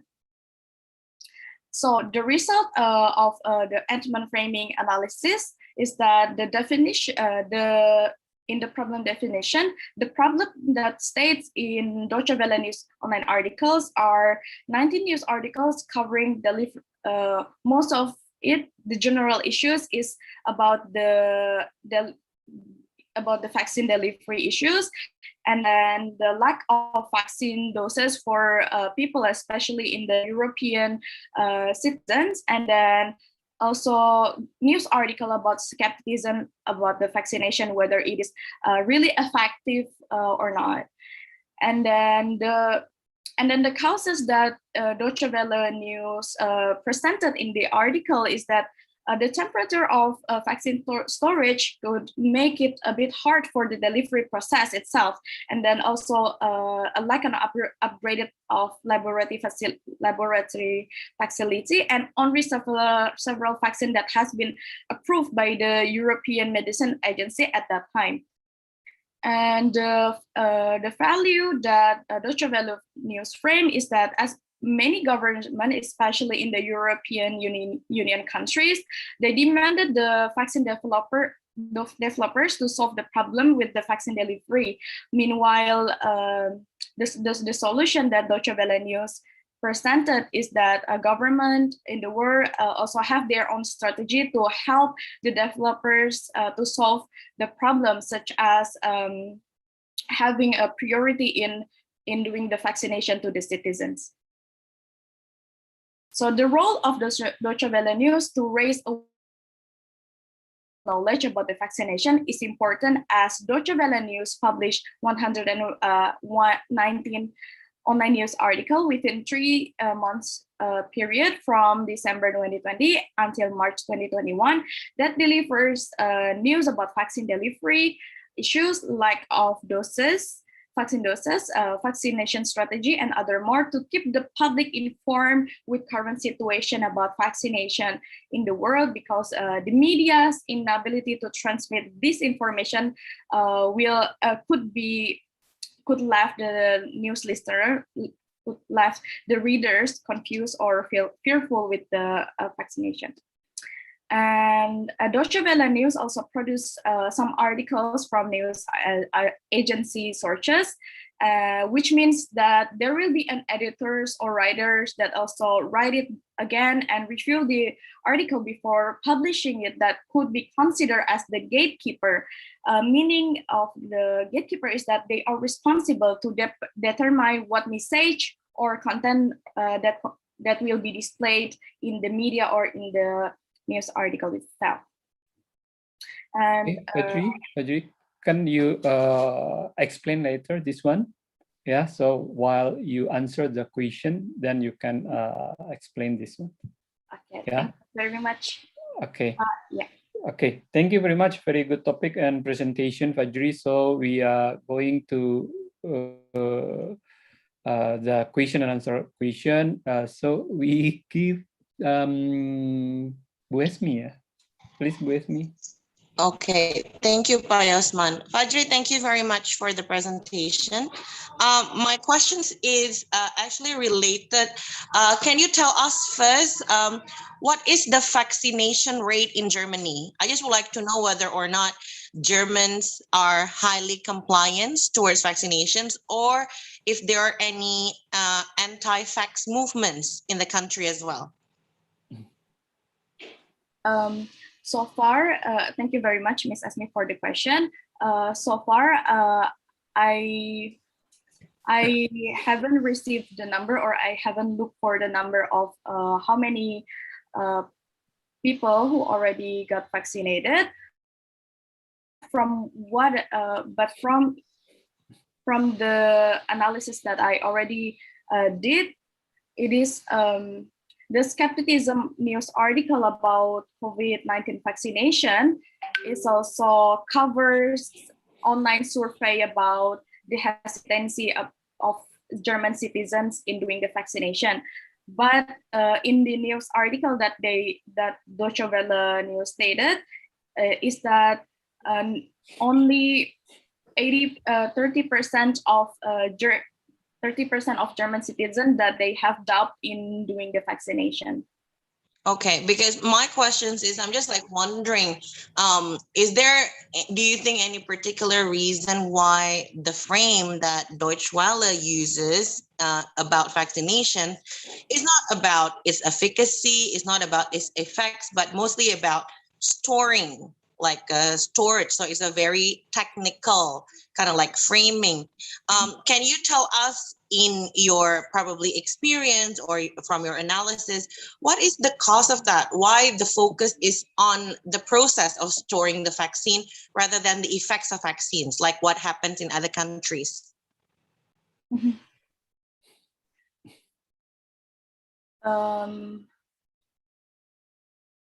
Excuse me, Miss, can you please repeat? Yeah, I will repeat. Okay, so my questions is, do you know, or can you give us some insight, why do you think the Deutsche Welle framing concentrate more on how to keep the vaccines, right? How to store the vaccines rather than like in other countries, usually like in Indonesia, in America, even in Australia, people, I mean, media talk more about the efficacy of the vaccine, whether or not it's effective, what are the side effects of the vaccine, because there is a huge, how to say, probably doubt among the community members about this new vaccine. But then it's, for me, it's quite interesting from your analysis showing that in Deutsche Welle, at least, the focus is mostly on storing the vaccine rather than the effects of vaccine. Miss, for repeating it. It could be also one of the reason is that Deutsche Welle News is funded by the German federal tax government. So they could also promoting propaganda or promote German ideology to the readers. So that's why in Deutsche Welle News, most vaccination articles, they are more promoting in vaccine storage and then encouraging, which also could encourage people to do the vaccination, because it is also support the government mass vaccination strategy. I hope it answers the question. Okay, with me. Okay, so thank you very much, Fajri. So it's a really interesting topic and a good presentation, very good presentation. So good luck for your next futures, yeah? Thank you very much, so we end the Thank session. you, Fajri. Sorry, I was cut for a moment. Thank you. Yes. Thank you, Boesmi. And next session will be present or our presentation. The next presenter is Dea Anika, yeah, from accounting and data analytics. Please, Dea, it is your time. Okay. So 8 minutes, Dea. Okay. Thank you, Pak Yosman, for the introduction. Hello, everyone. Good afternoon. My name is Dianika Sarah, and I will be presenting my research that I conducted in my year in SGU 2016. It's called Cloud Computing Implementation in Relation to Efficiency, case study in SME coffee shop. So for the background, cloud computing means storing and accessing data and programs over the internet instead of computer hard drive. And the research is conducted in Kobar, Indonesia, which is a coffee shop. It is established in September 2019 with 10 employees, and it's located in Ciputat. And they use cloud computing implementation in their business. And this research focuses on the efficiency that the cloud computing is giving this type of business.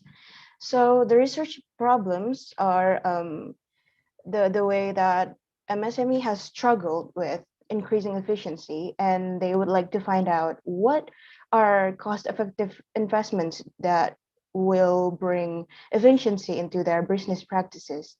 And one of the solutions are technology investment.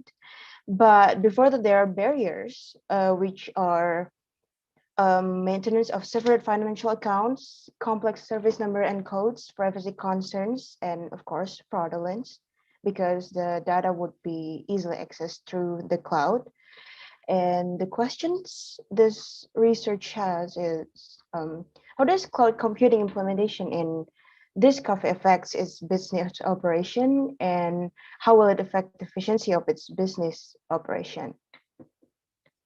So the objectives are to observe how the cloud computing application is implemented in Kobar, Indonesia, and to determine the extent of efficiency in the implementation. And the scopes and limitations are the data was taken from Kobar Indonesia Cafe that uses cloud-based system to point of sales, which is the extension of cloud computing practices. And the data was taken in including all the aspects that are related to efficiency. So in cloud computing, there are types of cloud computing. There are infrastructure as services, platform as service, and software as a service. So we will be focusing on software as a service.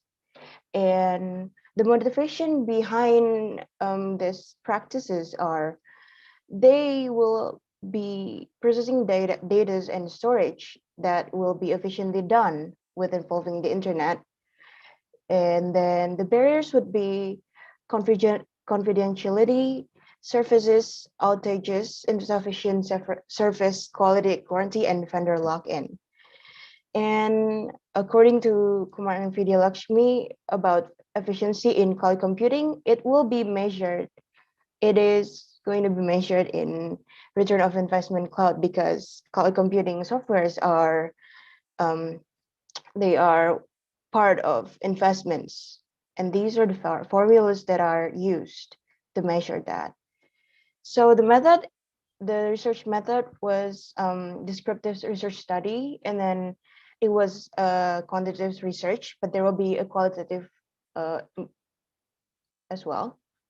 And then the data is used as primary data, and the research object was Kobarcom Indonesia, an SME that implements cloud computing, and the sample was from Kobar Indonesian financial data for 6 months period, interview and questionnaire answers.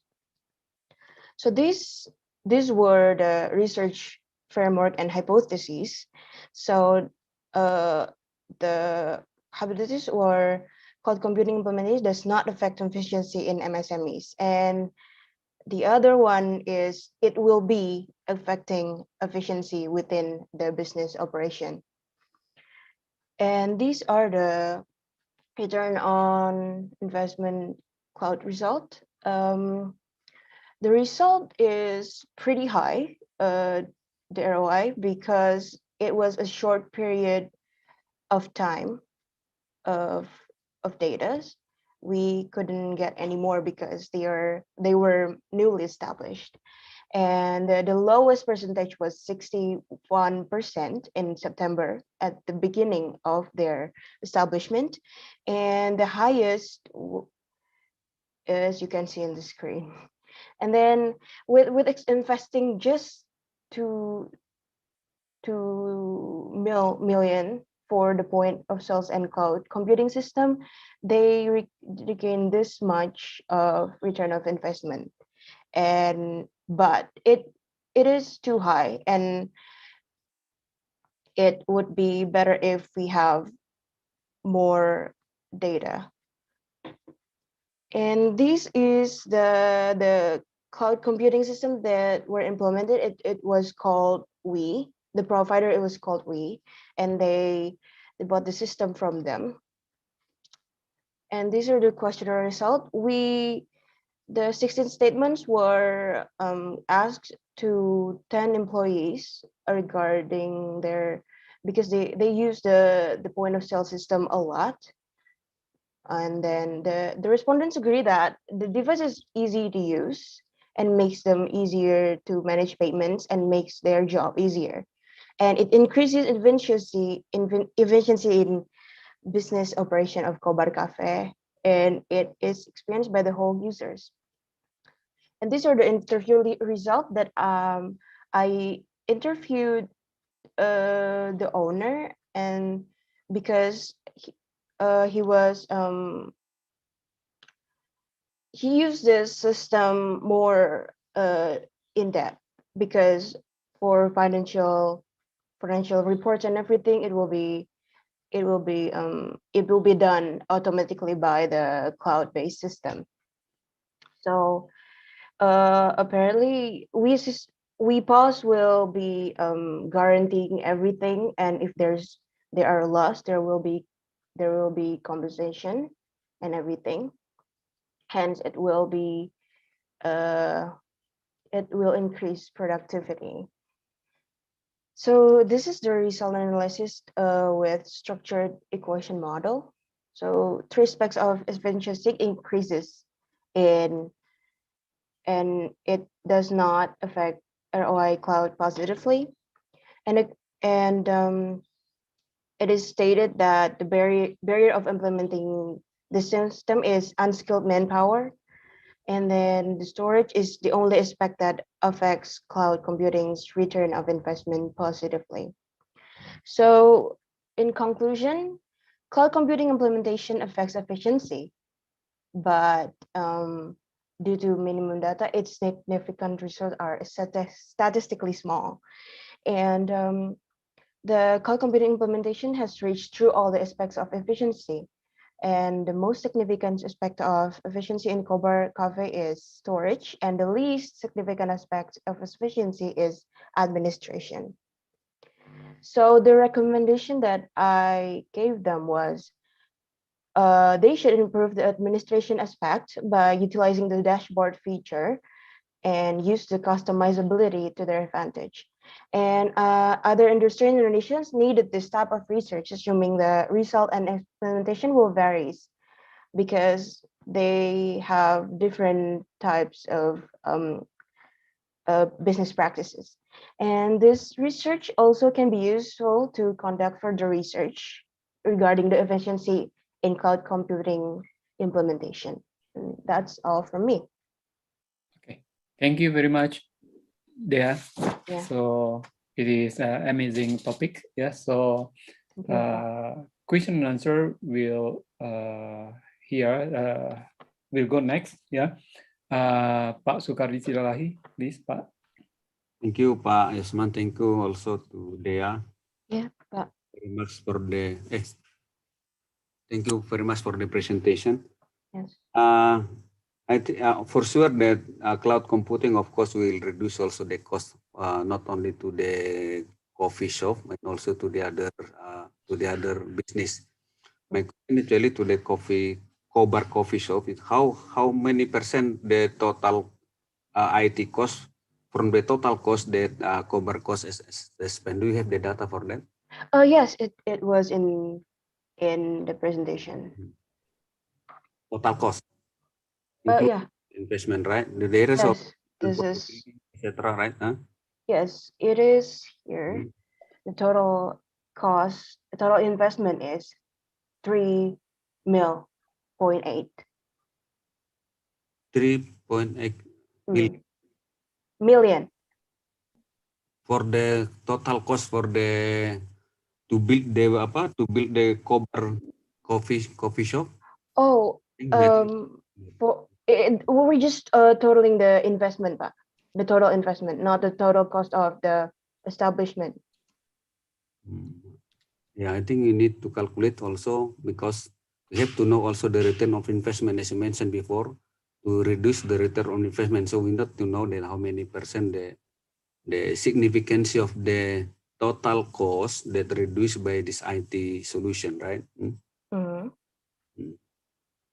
But the return of investment cloud is a totally different thing with Because regular. in my opinion, I think we are all of agree. We agree that all of the solution that using by cloud and cloud solution will reduce the cost, right? We think. Right. But we'd like to know also how many percent actually the total cost because of the IT profit compared to the total cost IT and non-IT cost, right? Okay. Yeah. Okay, thank you, Pak, for the suggestion. Okay. Okay. Bu Esmi, do you have any question? I'm good, Pak. Thank you. Okay, thank you very much. So thank you very much for the presentation. Thank you, Pak Sukardi. So we end your session, and then next presenter, the last presenter in our session today is Sarah Salem, but not the least, from the Business Management Study Program. The topic is about merger and acquisition. Okay, Sarah, so you can present now. Yeah, so it's your time. Good afternoon, everyone, lecturers, students, and everyone. I am Sarah Saleh from Business Administration, Finance and Banking Concentration. Today, I would like to present my presentation about mergers and acquisition on financial performance and efficiency, evidence from non-financial company listed in Indonesian Stock Exchange. This is an overview of the presentation. Let's start with the introduction. Companies apply different strategies to maintain and improve their position in the market. There are some external growth opportunity as well as there are some internal. Today, we would like to talk about merger and acquisition is one of the external growth opportunity for companies, and this is the main focus of this study. As we can see from the slides, we have merger. In merger, the main difference between merger and acquisition is that merger only one entity exists after the deal, while on the acquisition, two entities still exist as separate, but the acquirer will be a parent company for the target company. Well, talking about the value of a global M&A in the world, it's increasing from 2010 to 2019. As we can see, in 2010, it was 2.7 trillion. But in 2019, it was 3.4 trillion, and it's increasing gradually. And now we will talk about the number of M&A in Indonesia. As we can see from the slide, from 2010, the number of the deal was around less than 10 deals, but it's increasing gradually until 2020, it reached around approximately 200 deals. So we see that the number of M&A is increasing. This will have also an impact to the overall economic situation in the country.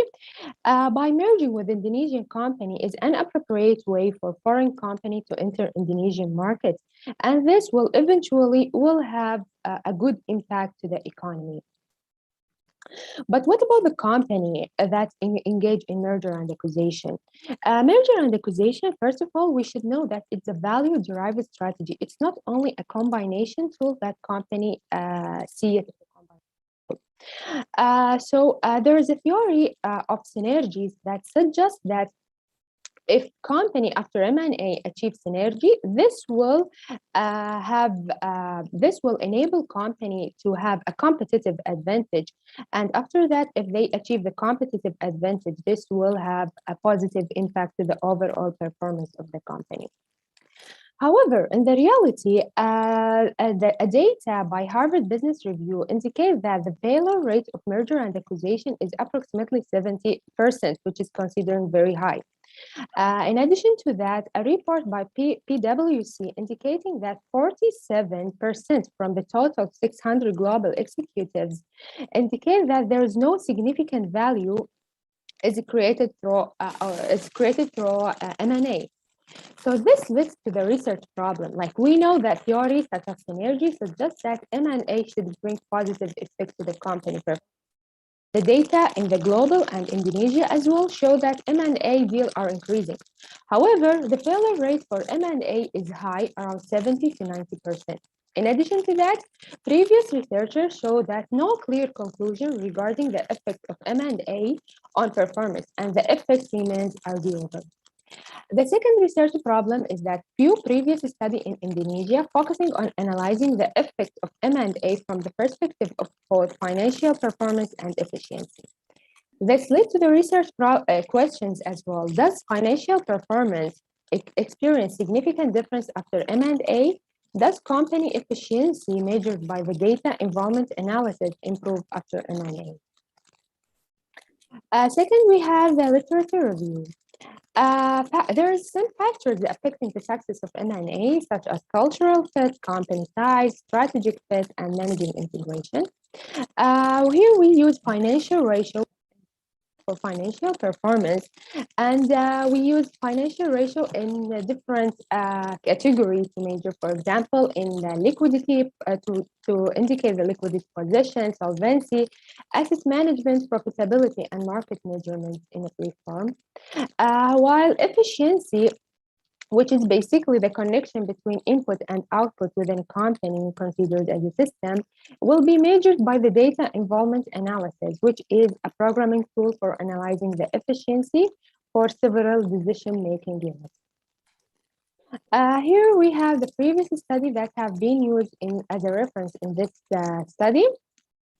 As we can see, the results are mixed between positive, negative, and some of them have mixed results. And we also have the hypothesis. We have 8 hypotheses starting from hypothesis 1. There is no significant difference on company current ratio after M&A. Same for ZIP equity, total asset turnover, return on equity, return on assets, net profit margin, and Tobin's Q ratio. And lastly, company efficiency measured by the DEA. The research methodology, we see that from slide merger and acquisition affect financial performance and efficiency. The type of the study is quantitative and descriptive study. The unit of analysis is non-financial public company. Type of data is secondary data. The data collection method has 2 primary sources, the KPPU and annual report. This research analyzed 3 years before the year of M&A and 3 years after the year of M&A. It is the hypothesis. The location is in Indonesia. The frame of the study is from 2011 to 2017. The sampling criteria that the non-financial public company must be listed in IDX and also must conduct M&A only 1 time during the period. And the availability of 3 years data before M&A and 3 years after with no outlier data. So as a finding, 21 companies selected as a sample. The analysis technique is the IBM STS statistic and the DEA max. Here we do have the 21 company engaged in this study as a sample. First, let's start with the result analysis for financial performance. As we can see, the current ratio and debt to equity ratio, total asset turnover have the significant value of more than 0.05, indicating that there is no significant difference in total asset turnover, current ratio, and DER after M&A. Therefore, each null is accepted that there is no significant difference.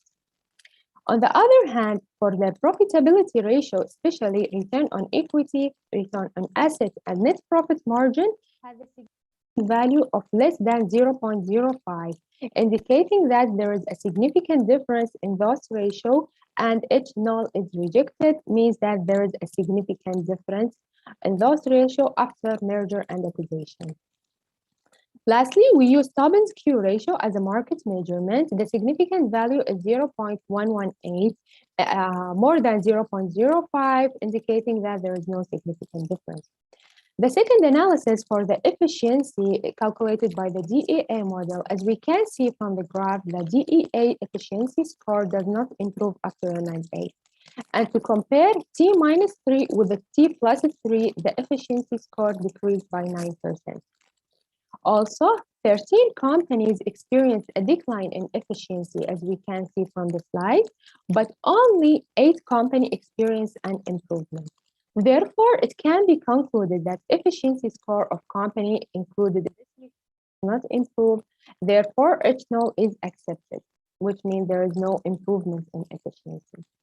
Here we have the result analysis for financial performance and efficiency.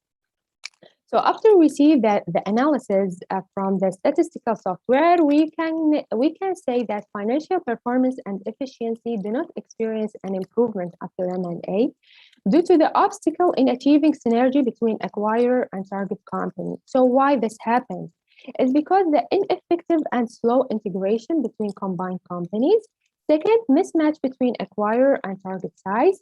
Industrial diversification of acquirer, macroeconomic factors, and lack of conducting efficiency program during stable and growing economies.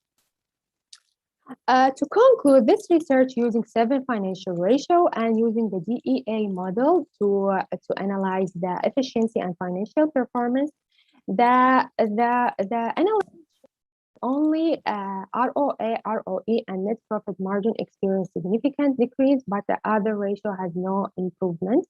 Same for the efficiency score. The recommendation for company acquirer may focus on creating value from the start by developing pre-deal strategy and accelerate implementation. Acquirer may focus on the size of target company that need to be similar with the acquirer size. Company may focus on cost reduction and operation efficiency, not only in unstable economic situation, but also in stable and growing economic. During unstable economic situation and due to difficulties achieving expected synergy, company can involve in other form of corporate restructuring other than M&A that requires less cost, such as joint venture and strategic alliance. For investors in capital market, long-term investor may avoid not to immediately invest in companies that have conducted M&A recently, and for less it would be better to sell their share when the acquired company announced the acquisition, because the risk of fluctuating stock price is very high due to different perception of investor regarding M&A mode of payment and financing method. Lastly, for future researchers, they can be done in examining the factors that have potential effect in post M&A performance, such as debt and equity financing, managerial ownership, state and private ownership type. Last one is about future researchers can also analyze the impact of M&A not only from accounting and efficiency measure, but also by surveys of executive as a measurement factor to know their view about how M&A creates value. That's all for my presentation. Thank you for your attention. I hope you enjoy it. Thank you very much, Sarah. So very good presentation. And it is really interesting topic in the finance area. Next will be Bu Esmi that raise the question or input from your presentation. Please, Bu Esmi. Okay, thank you, Pak Yosman. Sarah, thank you very much for the very interesting presentation. I'm not coming from accounting, but I want to ask you this. It might not be covered in your study, but do you think the reason why these companies initiated mergers and acquisitions, not necessarily to expand, I'm just thinking, but it's more to survive? Do you think it might be the case? Like they just simply, I mean, they might having difficulties and then they just want to survive in order for the companies to sustain in a longer period, especially during uncertain time. Do you think there is a possibility, or in accounting analysis, because that is your expertise, it is also not improving their sustainability? Well, thank you for your question. To answer your question, yes, actually, based on my observation doing this study, like most of the company conducted M&A when their revenue stream is fluctuated or when there is a tough competition in the market, that they want at least to remain their revenue stream stable. Or for example, they want to acquire a target company that have different product line in order to diversify their portfolio. And also, as we see from the data, like we can see in 2020, it's a COVID, we have a pandemic, right? So in 2020, the number of M&A is increasing sharply comparing to 2019. And it's reached around 200 deals in Indonesia. So this also confirmed that company usually M&A as a quick solution or an exit when there is external factor threatening a company. That's why they want to stabilize their revenue and they want to survive in the market. Yes. Yeah, so is it correct if I'm concluding that from your analysis, it might be like a strategy that the companies take because of sudden threats, but in the long run, it's not actually, from your studies, it's not proven to be very beneficial for them? Yes, correct. That's what I exactly mean in my data discussion, that they are seeing M&A as a quick solution for very short term, but they are not seeing M&A a good, or like they do not have that intention to engage M&A to improve their position in the long term. But actually, as this study reflected by the data show that there is no improvement in efficiency and financial performance. But if the company was thinking to engage in M&A as not only an opportunity, they engage in M&A as a value-derived strategy. They are thinking of M&A away before the deal. So at that time, they will choose the correct target company. They will pay attention to the due diligence phase, which is very important in evaluating the target company and choosing the correct target company. So if the company is focusing on M&A as very long-term objective, as a part of portfolio strategy, then this can be beneficial for them in the long term. Thank you, Sarah. Thank you very much. Okay, so thank you, Shara. Thank you, thank you so much, Esme. So with the end of Sarah's presentation, then we come to the end of the morning session or Faculty of Business and Communication session. And on behalf of the committee, I would like to say thank you for the esteemed reviewers who has raised some question and input to improve the quality of the papers, the amazing presentation from the presenters, and as well as the marvelous participants who have already followed this session from this morning, from the beginning of this morning. And see you in the next session at 1 o'clock. Stay healthy, stay safe. Thank you very much. Assalamualaikum warahmatullahi wabarakatuh. Waalaikumsalam. Thank you so much, Pak. Pak Yasman, thank you. Pak Sukardi, thank you. Bu Esmi, thank you. Oke, Mas. Thank you, Pak. Gue yang play ya. Thank you.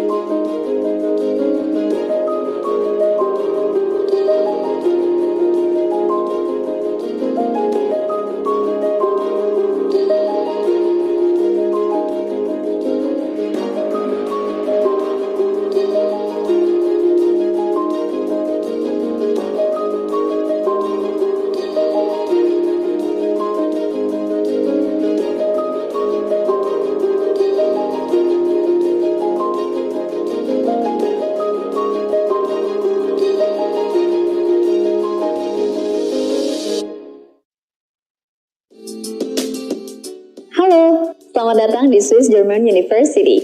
Hari ini aku akan mengajak kamu untuk melihat kenapa kamu harus kuliah di SGU. SGU adalah universitas berstandar internasional pertama yang ada di Indonesia.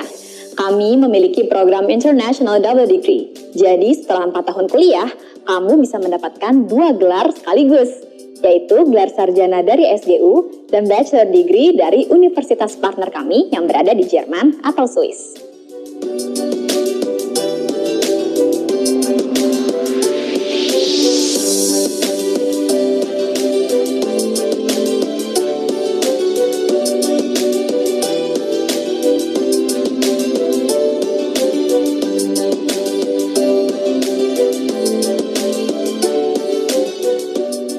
Meskipun dapat gelar dari luar negeri, namun 90% proses perkuliahan dilakukan di Indonesia di kampus SGU yang berlokasi di Alam Sutera, Tangerang. Proses kuliah dilakukan dengan maksimal 25 mahasiswa dalam satu kelas. Karena berstandar internasional, seluruh materi perkuliahan juga akan disampaikan dalam bahasa Inggris.